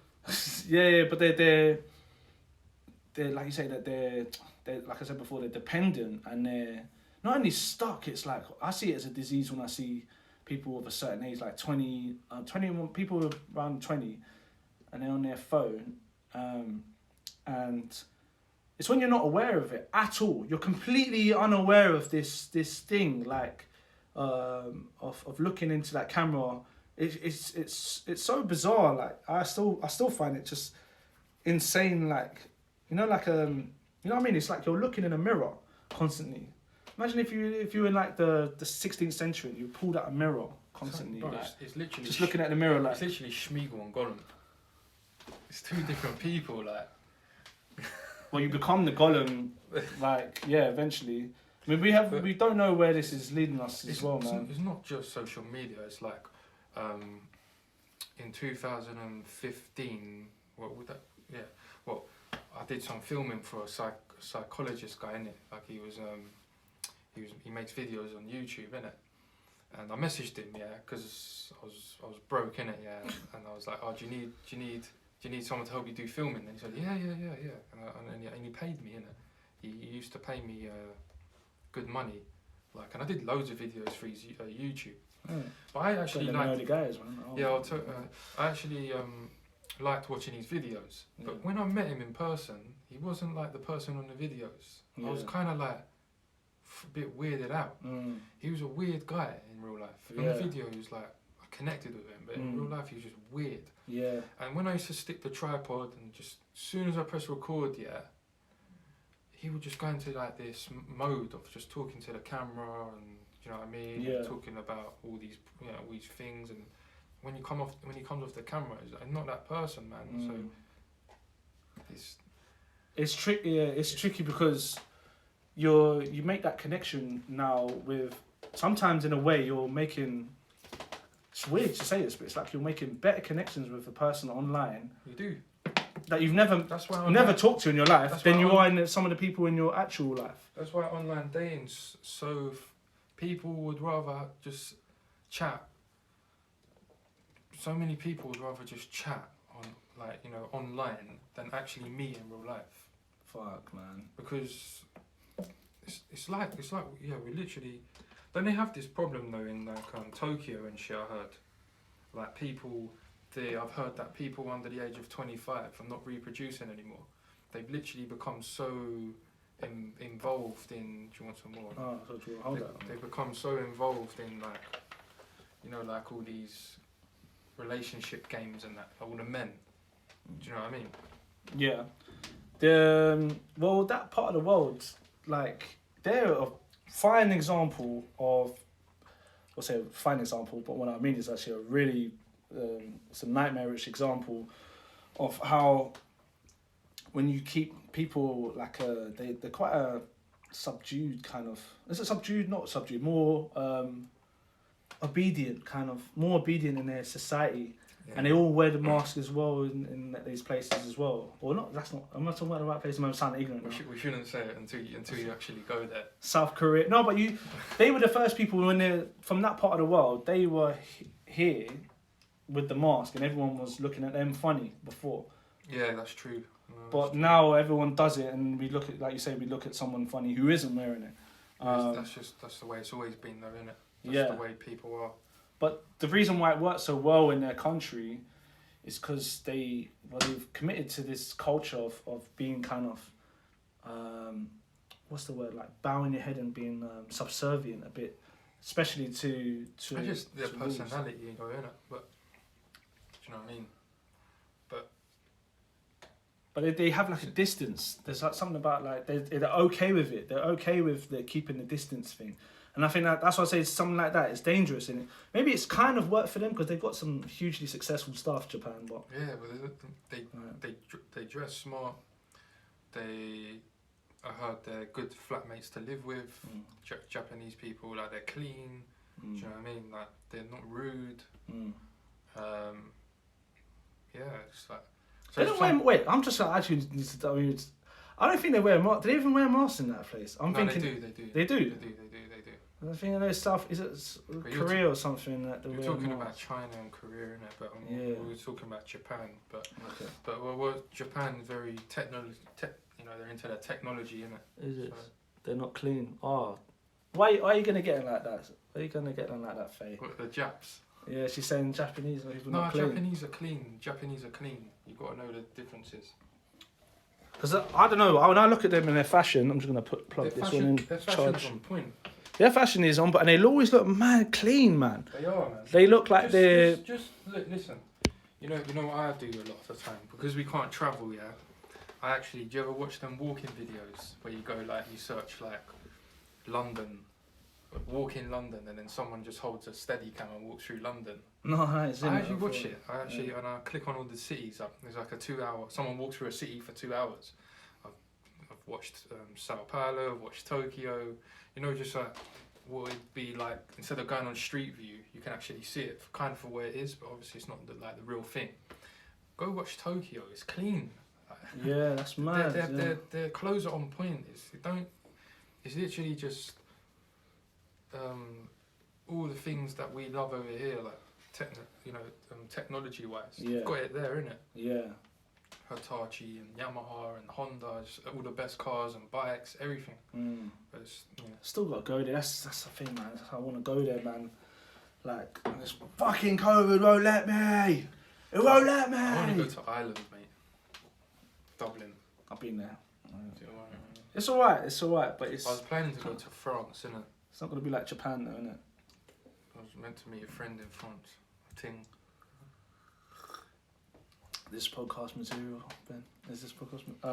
What should you say? They are not clean. I agree. Oh shit, Renata as well. You all ganging up on them now, yeah? Fucking hell, got a two girl ganging up on the Japanese. This is just uncouth.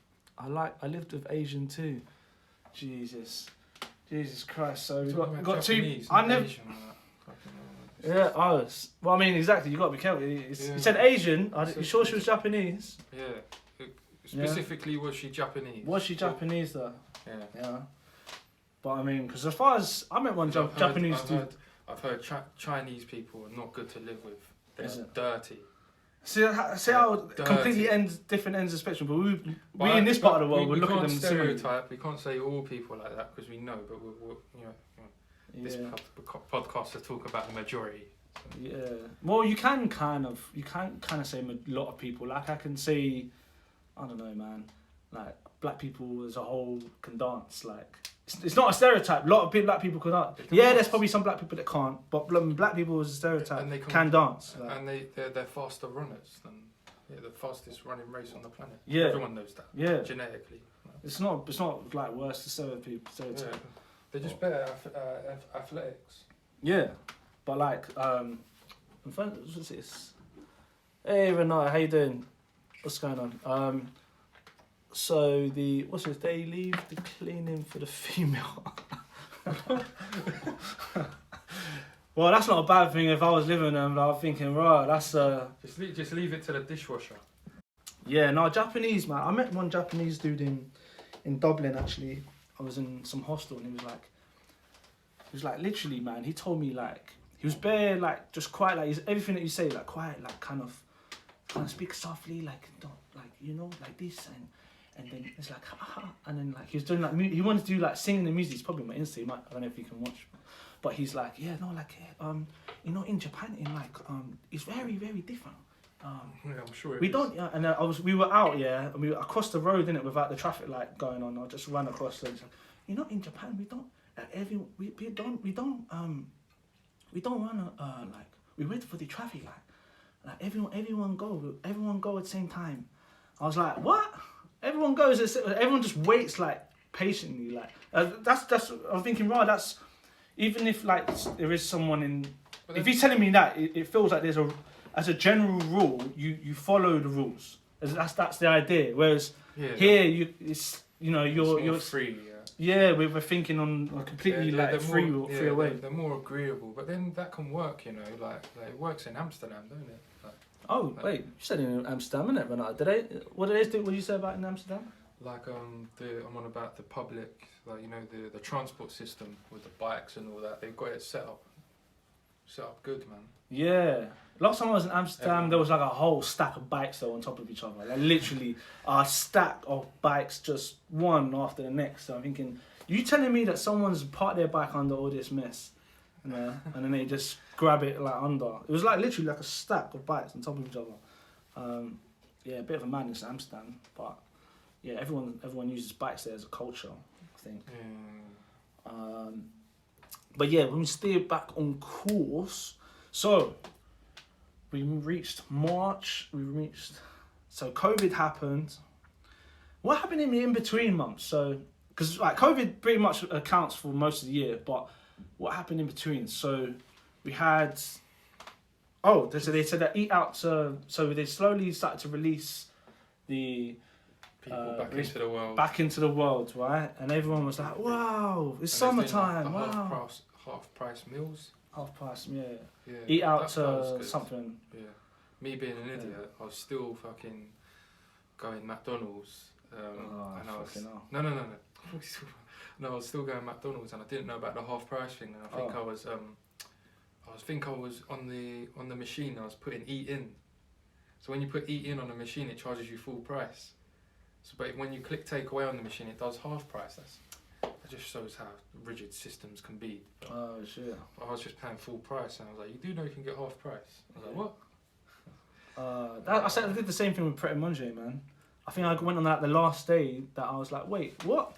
It's £1 because I think the woman charged me and it was like 90 pence. I was like, holy shit! Wait, this has been half price. That's how. This whole time. Yeah, I've been so out of touch with but like trying to keep myself away from media. But that's the catch, though, I guess. Because if I did know McDonald's was half price, I probably would have went more than ever. I'd probably end up spending more. Well, that's the whole idea. They're trying to make them to eat out to help out as the whole idea. But then as soon as summer ended, they were like, boom, get the fuck back inside. Yeah, and they did. Who told you to move? They opened Costa Coffees again, where you could drink. Yeah, they left Bars. them open. I want about bars. I'm just saying it was like a Costa Coffee experience. Table service. Oh. I'm just taking the piss. Oh man, I got real annoyed one time. I went to one in Camden and there was I hadn't been, you know, like one of them ones with times you just like, maybe it's like when you haven't spoken to no one in a day or whatever, but I just wanted to go out and just like and go to a coffee shop with my computer and start kind of work on my script or whatever. And I went to that one in Camden and it was like, if anyone's been to that one on the bridge here in Camden, it's like a Starbucks, I think. And that moody one. Like, it's like a cupboard. you've been in there, yeah? Yeah. If you see how small this place is. Yeah. So literally, I walked up here. I didn't have a mask, right? And as you know, I'm not very good with this whole mask thing anyway. So I go up to the thing, yeah? And there's a fucking block window thing in front of the front. They're wearing a mask as well behind this. And they're like, okay, sir, sorry, but you have to wear a mask. I'm like, yeah, no. I'm like looking at my table, looking at the tables, which is like so close to me. I'm like, so you're telling me that I have to wear a mask before I go to this table, and like it's just there. And I'm like, yes, I know but it's the rules. And I was just like, that annoyed me even more because like, how can you be like, I know this is the rules, yeah, computer says no thing, and so how can you be so like. That's the thing people use as well. It's like, but it's my job. What do I do? It's my job. I'm like, I don't want to argue with them because this is like killing the messenger. Like, but I'm just thinking, this is so stupid. Can't you just let me off and just let me go to my table and get my coffee? But you do know the councils are on it. The councils are the ones that are making them like this. I see in you know when they was opening pubs again. Literally, there was people from the local council who go in there as UD undercover, and I was like, "Yeah, mate, I've got like that old style flip phone. Like, I can't check myself in." And then the guy's like, "Nah, sorry, I can't do it." And he goes, "No, I'll only be quick. I'll only be quick." So then the guy's like, "Oh, just this once. I'll give you a pint. Just don't do it again." Bang! You're getting fined. We're shutting you down. Secretly filming it. Oh my! And this is what the gosh. councils were doing to like pubs in the UK. Nah, this is the kind of shit that's literally a dictator. What do they call it? Dictatorship kind of state. You know, that's what that kind of action is. If you're trying to catch people out in order Shut to down local businesses. I mean, and who's the people carrying this out? Some weak guy. I know it's not about weak guy from the council. It's weak people, man. I'm It's telling you, weak people you in put power weak now. you put weak people in charge, and you give them the power to make decisions. You will end up in a nightmare that you can't believe, imaginable. Look at the state of London now, with all the road closures.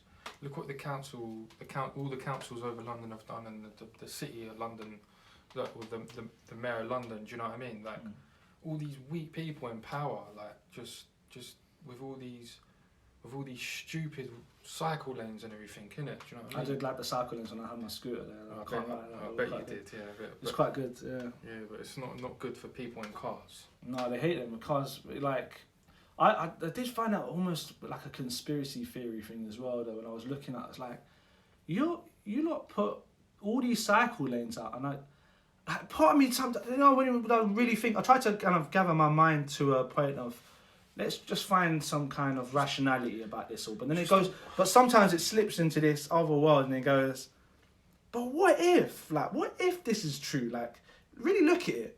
They said that they had targets, yeah, by 2050, they needed to cut down the emissions, right? But all cars will be electric anyway by then. But it feels like they weren't doing stuff quick enough. They had like people like Greta Thunberg coming out, and like a fucking 14-year-old kid trying to come out and basically tell the world what to do. Who's got a kid with Asperger's trying to tell the world what to do. Who has no experience of life, but they tried to throw everything at it, and it's like no one was listening. So it's like almost as if they literally said, "That's it, shut the fucking world down. That's it, I'm shutting it down." Like you know what I mean? Pulled down the fucking lever, said like, "That's it. We're calling it COVID. All right, now everyone just stay off the streets. All right, get out, don't stop using your car. Block all the roads. Yeah, and we're gonna make you all go use bicycles, and we're gonna build these bicycle lanes, and you're gonna use them." Nobody will use them. Well, I was using my electric scooter. Yeah, but that's different though, isn't it? Like that's no different from a moped or motors. It's no different from a 50cc or 125 motorbike, isn't it? Is it? You can use the bus lanes and like before, like motorcycles are able to have that freedom anyway, and it was always been electric motorcycles anyway. But it was the influx of these electric scooters. There's so many people using them now, as opposed to when I first got in at the start of the year. Yeah. I mean, but the road closures were not intended to cater for electric scooters. They're for cyclists, isn't it? That's what they're for, isn't it?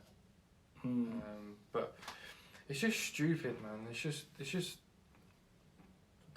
just like, again, man. Just like, what's this? Don't believe the image. Are you gonna have the vaccine? I'll take the vaccine right now. Hell no! I don't care, bro. I'll take it now. I don't care, bro. What's he gonna do? It'll do nothing to you now, but maybe turn you into a fucking golem in about 5 or 6 years. It's lies. When 6 years down the line, they say, you've got a high amount of mercury in your system, and we don't know how, but it might have something to do with that vaccine that you took earlier that we didn't really test properly enough, and it seems to be causing your body to have high levels of mercury. What if that just happens to be the problem, man? Well, so be it. But you do know, like, you're not going to be able. You're going to have to take it.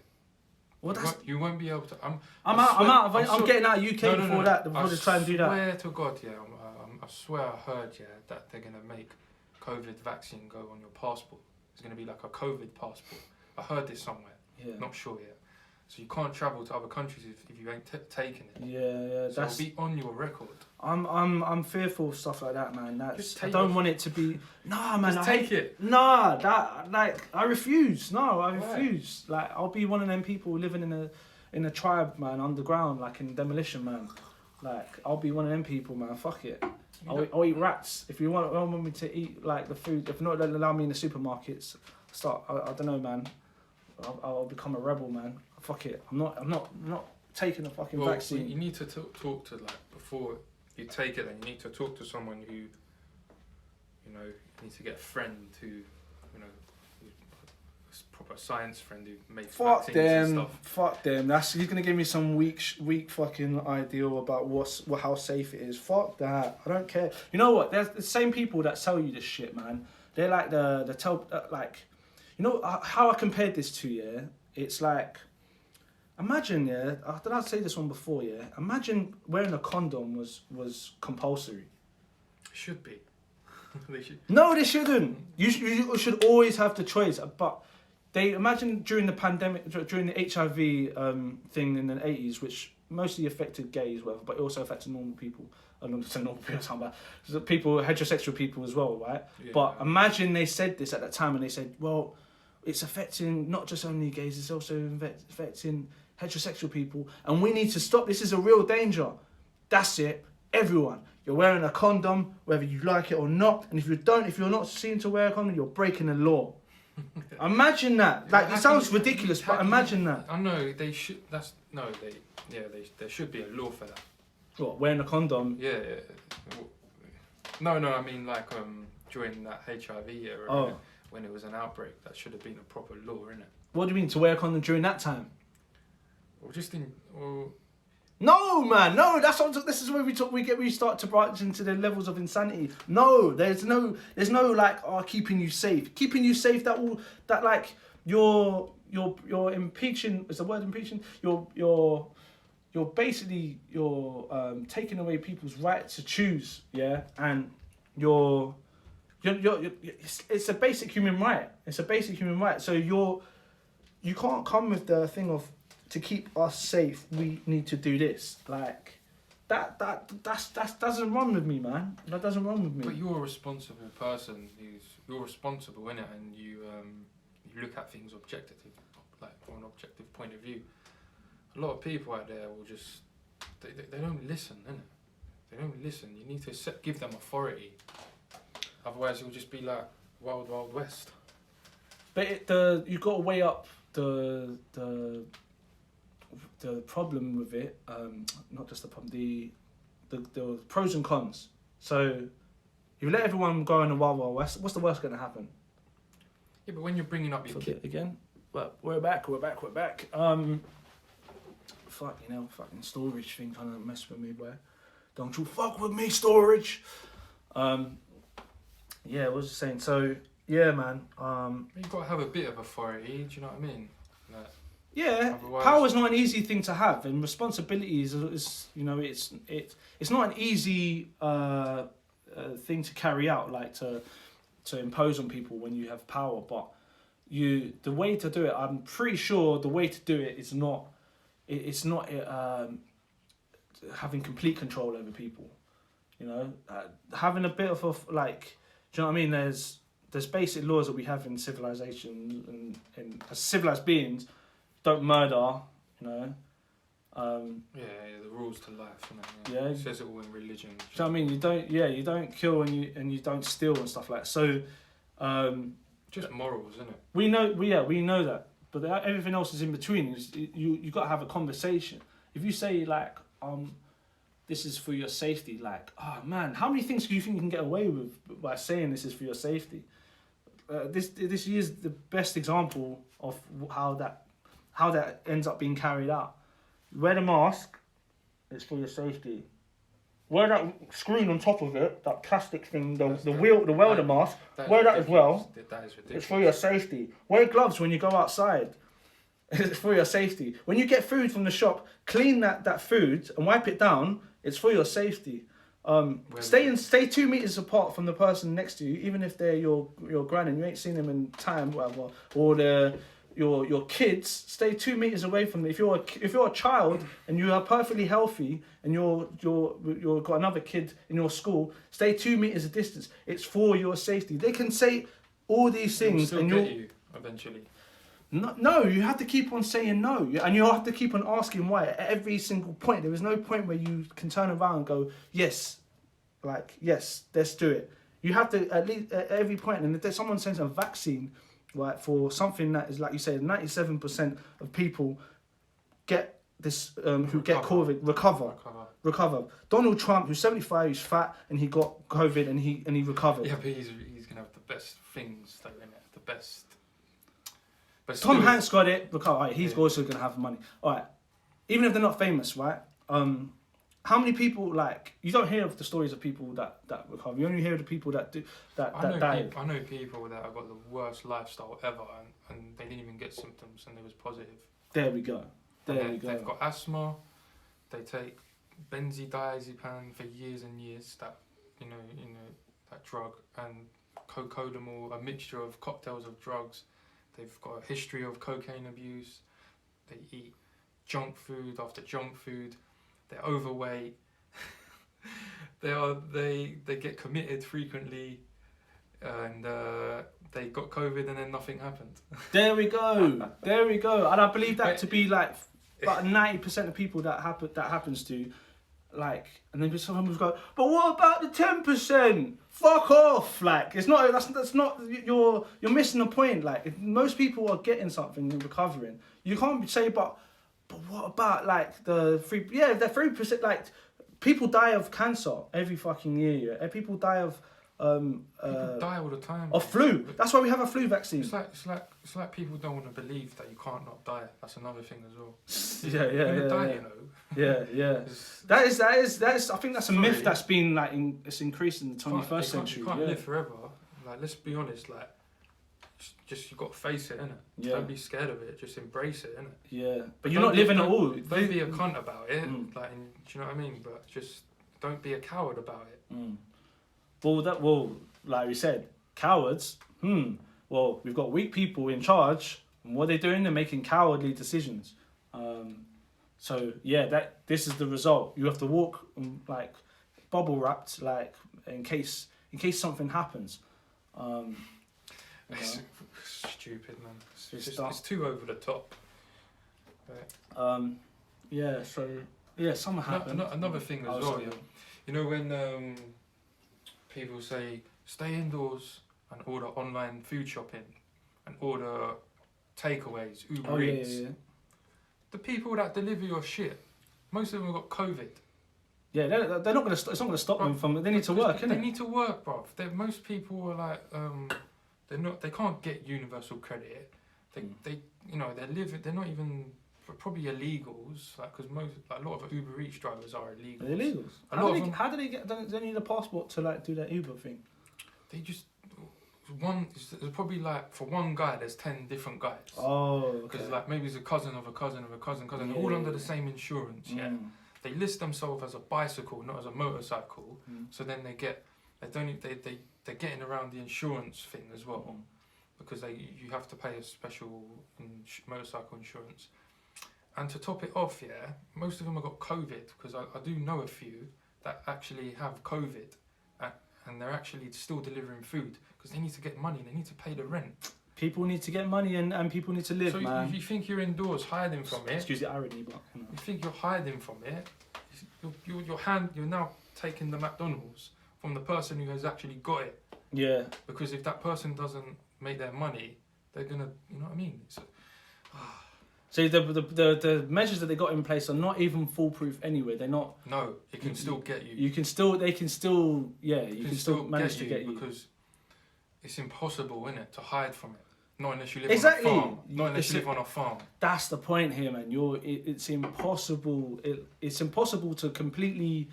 That's the point I've been trying to make as well for time. Yeah, it's this idea, yeah, that we're suddenly gonna wake up here, and we're gonna be clean. 100% clean society. Like, we're just gonna wake up, like when you go in your shower and you feel like you've had a wash, that we're just gonna wake up one day when this is all done.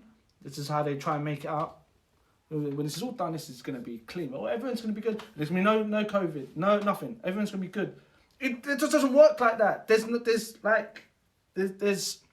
just so many factors that can go wrong, right? In terms of people getting infected, which lead to me to say about these supposed rising cases, right? What are they saying? Who's it? What are they saying? Yeah, Mr. So these rising cases of COVID, right? Of course you're gonna have COVID. We've got more tests. Of course you're gonna have more people with COVID. Yeah, you're right? testing more. Yeah. But like, nevertheless, that doesn't make that the place. The way they hype it on the media, they make it sound like, oh well, it's even more dangerous now. We have a different strain. It's like, bruv, you know, like how flus have different strains. It's like, come on, like, what are we supposed to be now scared now of this second thing? It's like, stop fear mongering, it's man. always going to mutate. Always. That's just how evolution works, mate. Yeah. That's just evolution.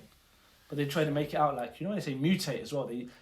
Not that maybe there's another word to use here, but when you say mutate, that sounds so like it scares people. Like it's mutated.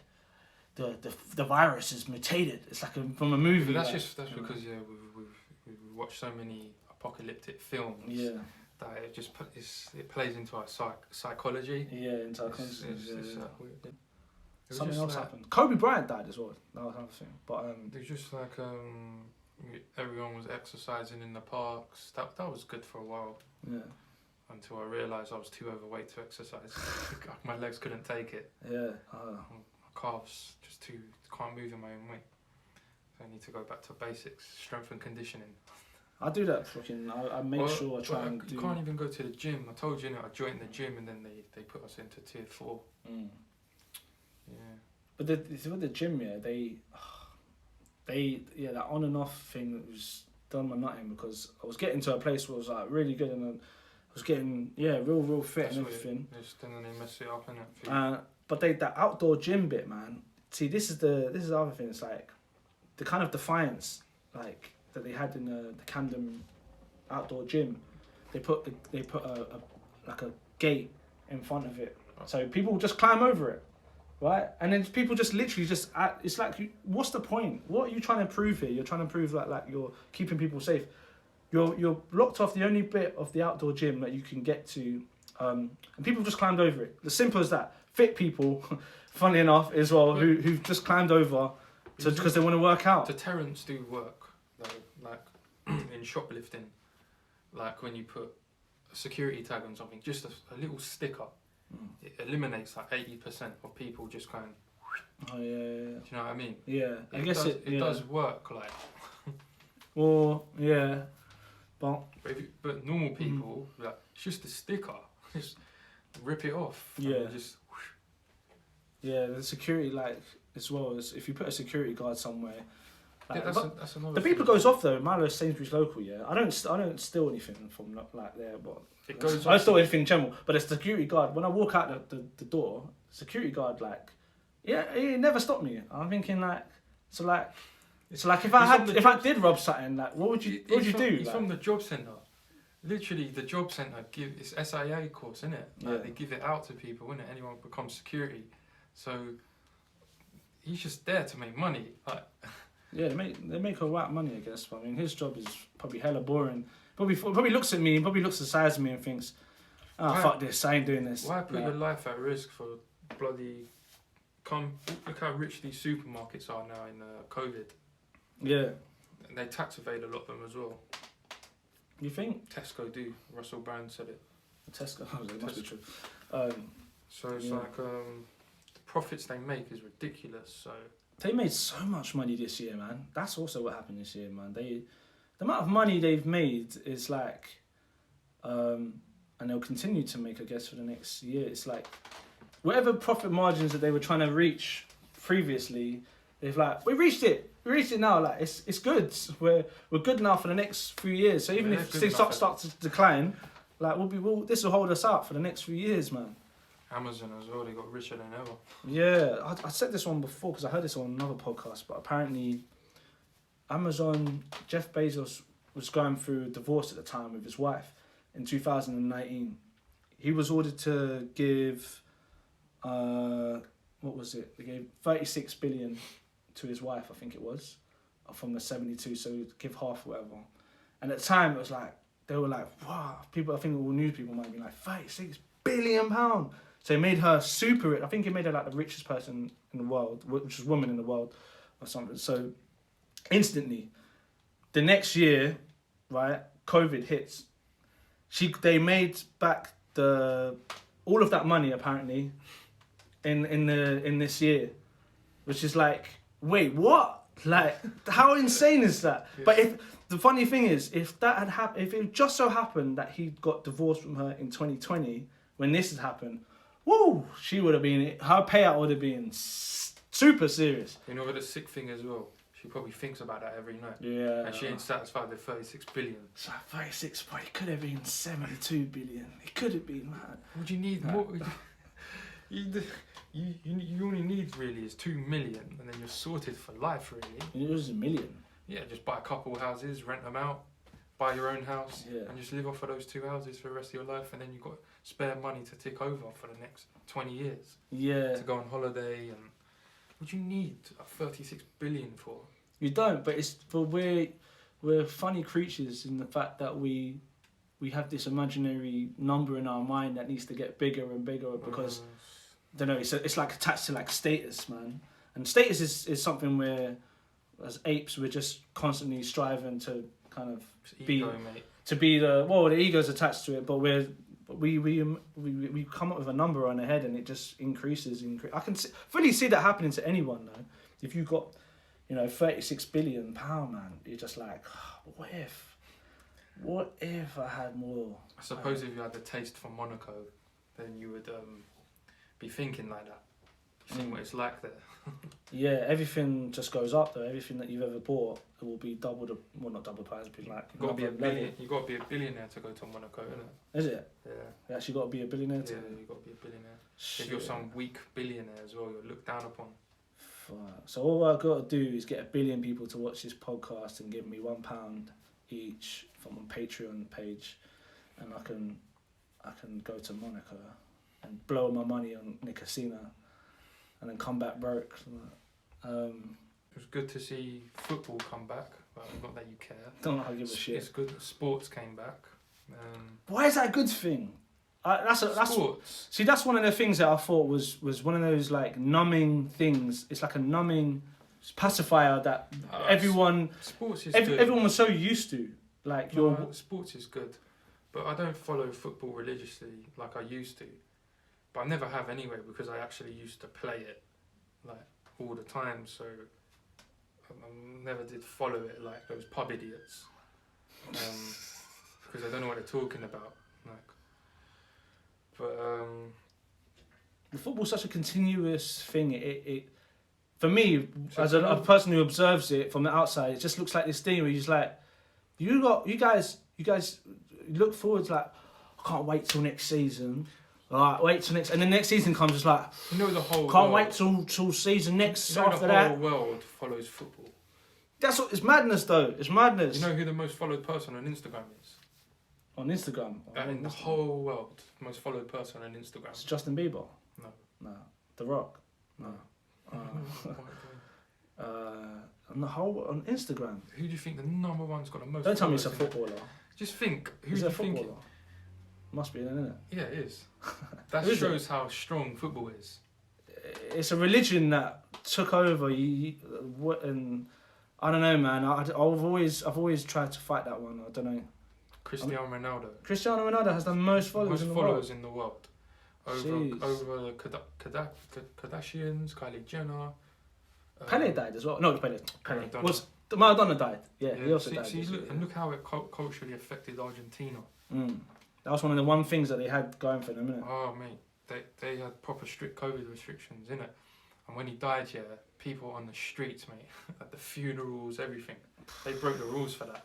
Jesus Christ, man. I mean, is he that powerful? He's that powerful. He's a symbol there. Yeah. This is how powerful football is.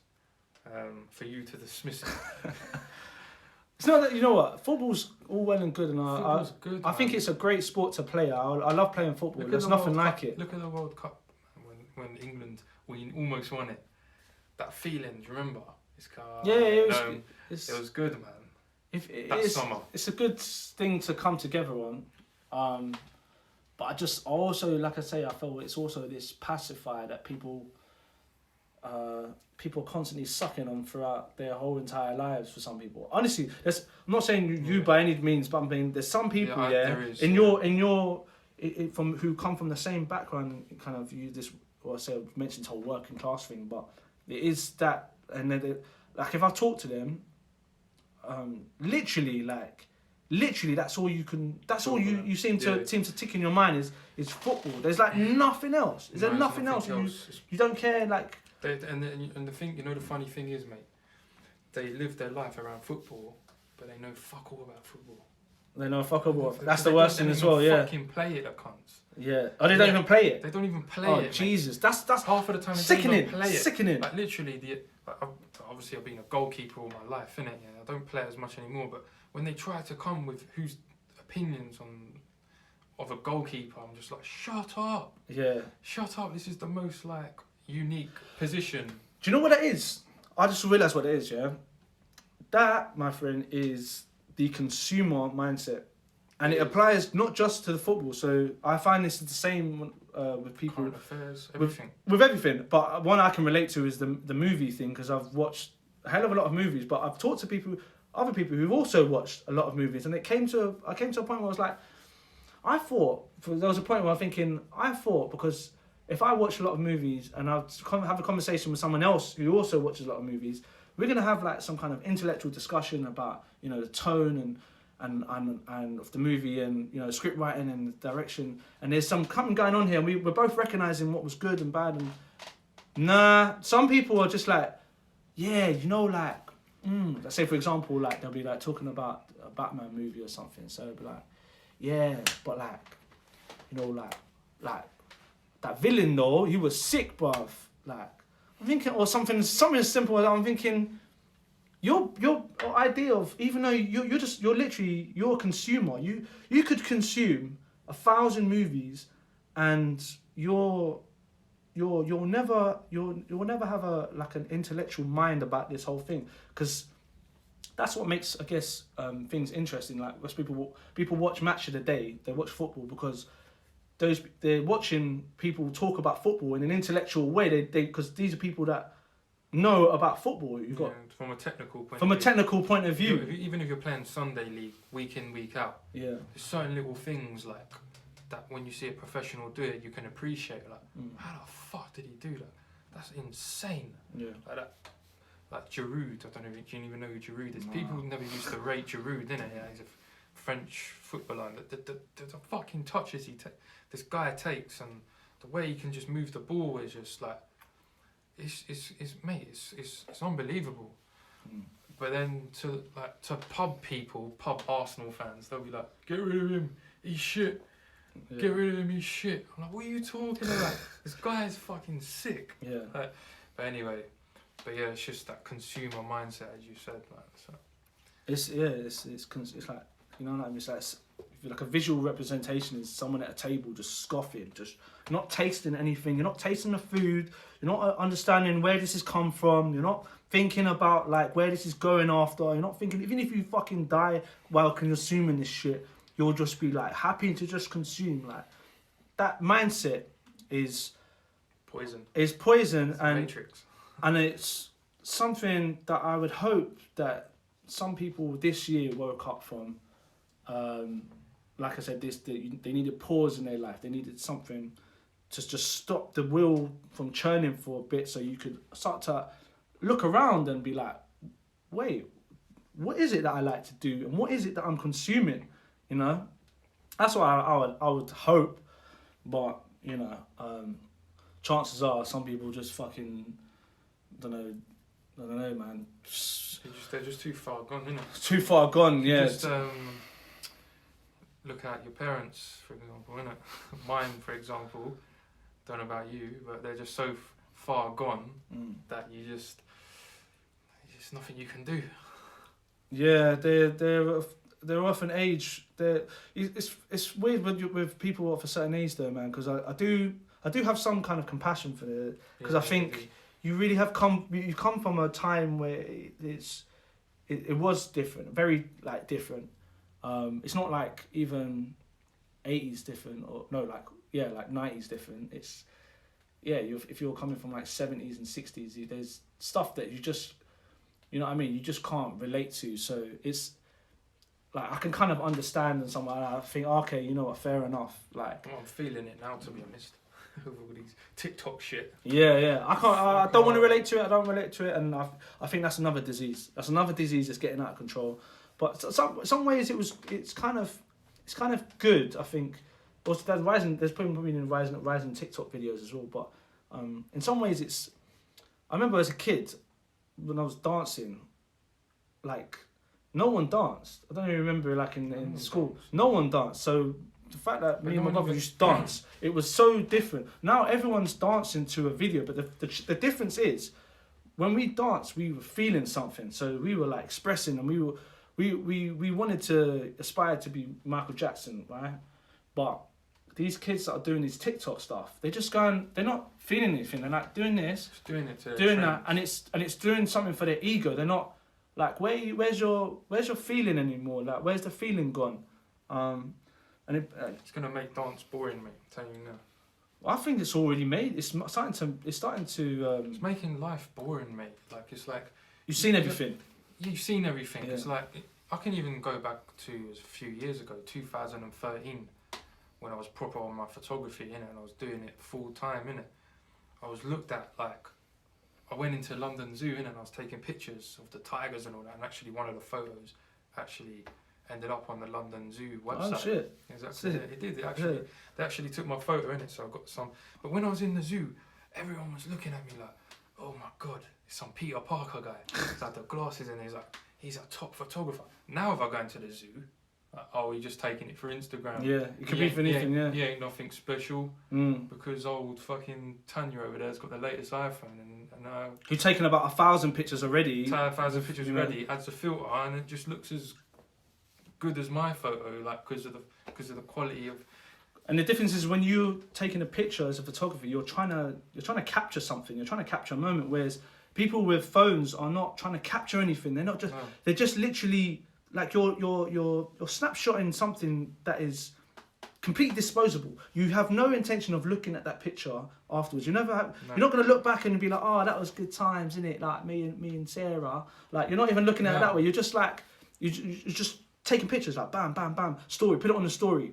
This is where I'm at. This is what I'm eating. This is where I'm on a plane to Dubai. Like it's just constant. Like so it's Dubai, isn't it? And was it Bali or something? Bali, yeah. So same hotspots. Yeah, I saw some meme recently. Someone said, "Oh, I beg you, leave." I think it was like some black dude on the meme, and it said like, "I beg you, leave Ghana out of. Don't make Ghana into your little iron apple like you've done with Dubai." Oh right, yeah. And I was like, oh shit, do you know what? There's a point, because I know some people now going Ghana. And in Ghana, I've seen the videos like, ain't no one wearing a mask. I'm thinking, boy, that'd be quite sick actually. They're not in the madness that we're in here where everyone's still on this mask. In this place, in this club, it was like normal. Like no one was wearing masks, everyone was all close together. My flatmate's gone in. Gone Ghana? No, she's gone in. Oh, she's gone in? Yeah, so... She's going to Ghana in 2 weeks. There we go. See, like, people are going Ghana as a... And I think, some part of me goes, yes, Ghana, yes, Africa, yes. And you know, like, what if, like, the tables turn because this society collapses in the western part of the world. It becomes purely boring. Huh? It all becomes boring. Well, because we tried to bubble wrap everyone and we tried to keep everyone so safe that everyone thought, fuck this, and left and went to Ghana, made Ghana these main, and places in Africa, these main spots that you want to party and you want to go back to normality again, you know, become like a civilization again. Because this right here, you can't build civilization in this shit, man. All this is breeding is fear and ways to for nerds to probably get better at stuff, because nerds on computers and are wizards, like. People to get better at OnlyFans. OnlyFans, oh, that's another thing that probably went. You know what? One dude on my Insta, yeah, he suddenly got into OnlyFans as well. But I think he done like he's a stripper. He does like stripper on like he's part of the crew that do male stripping. But like there's a difference though. Stripping as a show, yeah, but OnlyFans. But I think his response was like. But that was his profession before that, though, isn't it? He was already a stripper before. Yeah, you know, he was a stripper. But there's still a difference. When you go on OnlyFans, like I felt like it was a job.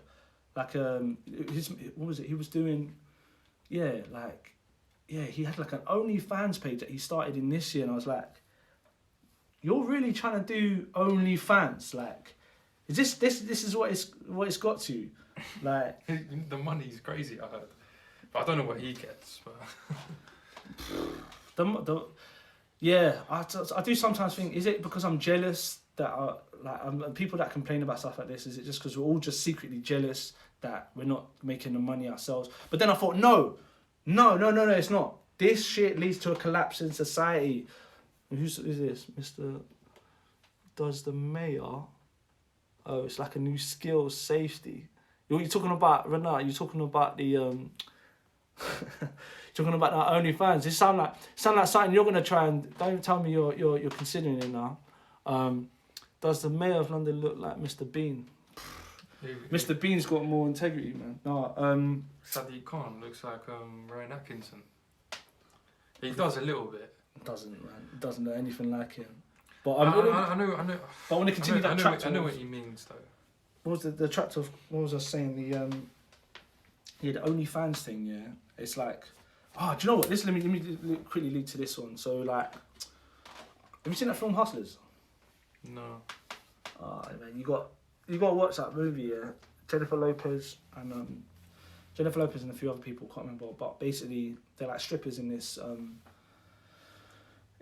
During like just before I think the 2008 financial crisis or something, and they it's based on a true story. So these strippers, I think, doing all right, and then the financial crisis hits, and they basically resort to doing this thing where they go and they fish for like kind of older rich people, and they drug them, take them back to the strip club and rinse their cash out. So they would be like taking like 50 grand.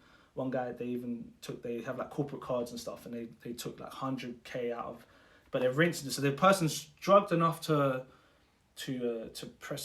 give them their signature, but like not really, like they're not able to really like function. Yeah. So they basically robbing them blind. And then it's a mad story though, but it's just like, I was watching it, it made me so angry, like the strippers, they exist in the same realm as webcamming, I think, to a certain extent. They exist in the same realm of low frequency people, mate. I'm not really into all that shit, but that. I'm fully into that low frequency. I understand that completely. Listen, imagine you are a male stripper, yeah? Think of all the messages you're going to get and all the fucking requests you're going to get. It's just trauma, man. Like, obviously, from people from the opposite, of the same sex as well. And if you're straight, you're going to get most of these people are going to be gay people, innit? Like, they're just going to be messaging him, innit? Like, it's a bit awkward, isn't it? Like, if you're not really used to that. So it's just that's making me look like gay people are low frequency. No, I wouldn't say that. But it's just mental, mate. It's just like I couldn't do it, man. Like, it's just OnlyFans. Yeah, it's the price to pay, innit, man? But that's what I'm saying. I think it's a purely selfish act, and it acts. It's what it does. No matter what this fucking bullshit feminist movement tries to make it out, which is what they're trying to do currently, is they give this narrative of like it's women empower themselves through only. No, it's not. You know what this thing does, right? Apart from like it becomes like I feel like it's immoral in a way, in the fact that it takes men, they take men's money and make them believe something, they're buying into something, because the men that spend a lot of money as well, they feel like they've got this kind of relationship going on with this with the stripper or whatever, or the person online, and then they're so deluded. And the woman's just happy to take the money, take the money. But not only that, like you're making a complete choice. It's like from then on, doesn't matter that you're someone's niece, that you got a dad. What about your dad's friends and stuff that can like go and look at your? They'll say like, oh fuck that. Why do I care? Why should it? It's like, no man. Like have you really thought this one through? Like you're showing this like forevermore. Wherever you go to work, anyone will ever see you, yeah, and you're putting a dildo in your fucking pussy, like there's kind of like you've sacrificed, and all of this for the prize is money, right? That's it, just money. You get money to pay for everything. It's like that for me. That's something that's a godless society kind of shit, man. Money that buys materialistic goods, basically. Yeah, material. You've completely sold. You've completely bought into the idea of materialism, and like it. I don't know, man. It's something so. I just don't think that's good for society, man. Yeah, like, and a lot of people complaining, I think, right now with Instagram, because Instagram have gone. They've done a lot of censoring recently. I think their censoring has gone. It's gone haywire, to be honest. I think even on this, just before I posted on this, it said, I was like, the things I'm going to be talking about on my Insta story, and it said COVID. So I checked on the one that I pressed the story, and it came up with like, there was like a little tab on top of it that said about vaccine. It said information about COVID online that you can press the link to. And I was like, so you've got an algorithm that's connected to anyone that types in anything to do with COVID, you're going to just make sure you have an attachment to information, the real information, the true information from the government. Like, you're only supposed to look at that. But yeah, on another level of censorship, they've done that, and then they're also censoring a lot of Instagram models as well. So they're getting quite angry. But I'm like, you lot were causing another type of pandemic anyway. You know what I mean? You're like, like you say, your mental health, your whole mental health disease, you're helping perpetuate this mental health disease of Instagram anyway. And now they're basically censoring you. Like, I don't know, man. I say some part of it, I say good riddance, man. But yeah, I'm guessing a lot of people done OnlyFans in 2020 as well. I'm imagining. Should we call it there now? You're getting tired now, innit? It's a piss. Yeah, there's a mayor of London, quickly, just so, and you're pro-vaccine.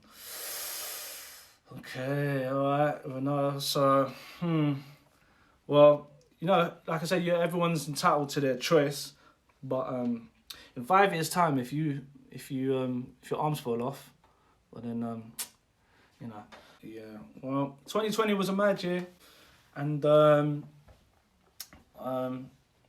think it was a good year for me, to be honest.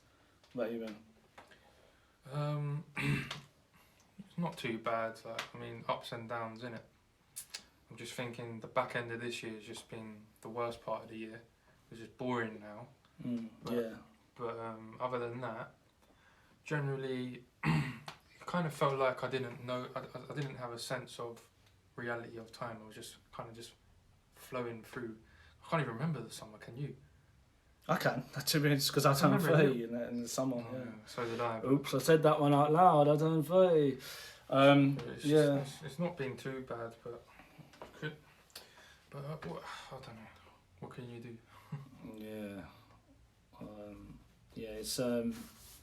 It's been a mad one, but I don't know, man. I don't think it's been as doom and gloom as, or maybe just from where I've been looking at the stuff. I've looked at stuff a lot differently, so I've been able to build myself. I guess, is that the right way of saying it? Yeah, like develop myself, should I say? Yeah, I did loads of little things that I wouldn't have done if it weren't for this. Do you know what I mean? I did bare DIY repairs to my flat. So stupid, but and I'm sorting out some financial things as well that I never had the time for before. So it's just sorted out. Yeah, painted my whole house and made repairs, and just like, you have the time to do DIY now. Do you know what I mean? Like, so all set for next year, hopefully. Yeah. So just want to finish on a note of as we go into next year, please people, all the things that you've promised, you said you're going to do next year that you put off, this year should be a reminder to actually act on your words, and an attempt to do it. I know you can't always complete everything the way you want it to, but I think yeah, life is just this ongoing thing, so you have to keep on trying to do stuff. So don't rely on the freaking government. That's the other thing. That's my other point. Is don't rely on what the government is going to tell us, which is yeah, Happy New Year. Almost Happy New Year. Happy New Year to you. It's tomorrow, isn't it? It's tomorrow, yeah. Oh shit. Yeah. So like, yeah, I'm thinking like, stop listening to what we're being. Don't yeah. I don't want to sound cliche, but it's don't accept the narrative. I think people need to start acting on something that they want to do in life, rather than let this narrative kind of continue to the point of staying at home for forevermore, which I don't think is it's going to solve anything if we just keep on staying inside. I think there's like a march on the 2nd of January, which I'm going to try and go to. I'm going to be one of them people, speaker's corner, but yeah, I'm going to try and get to there. So if you're about on the 2nd of January, yeah, come down, man. I thought I needed to run down 2020 in a way that was real to me. So, to go through the events of 2020 in a way that was real to me. So, yeah, thank you for tuning in. And this is it. I'll see you lot hopefully in 1st of January. Let's get it.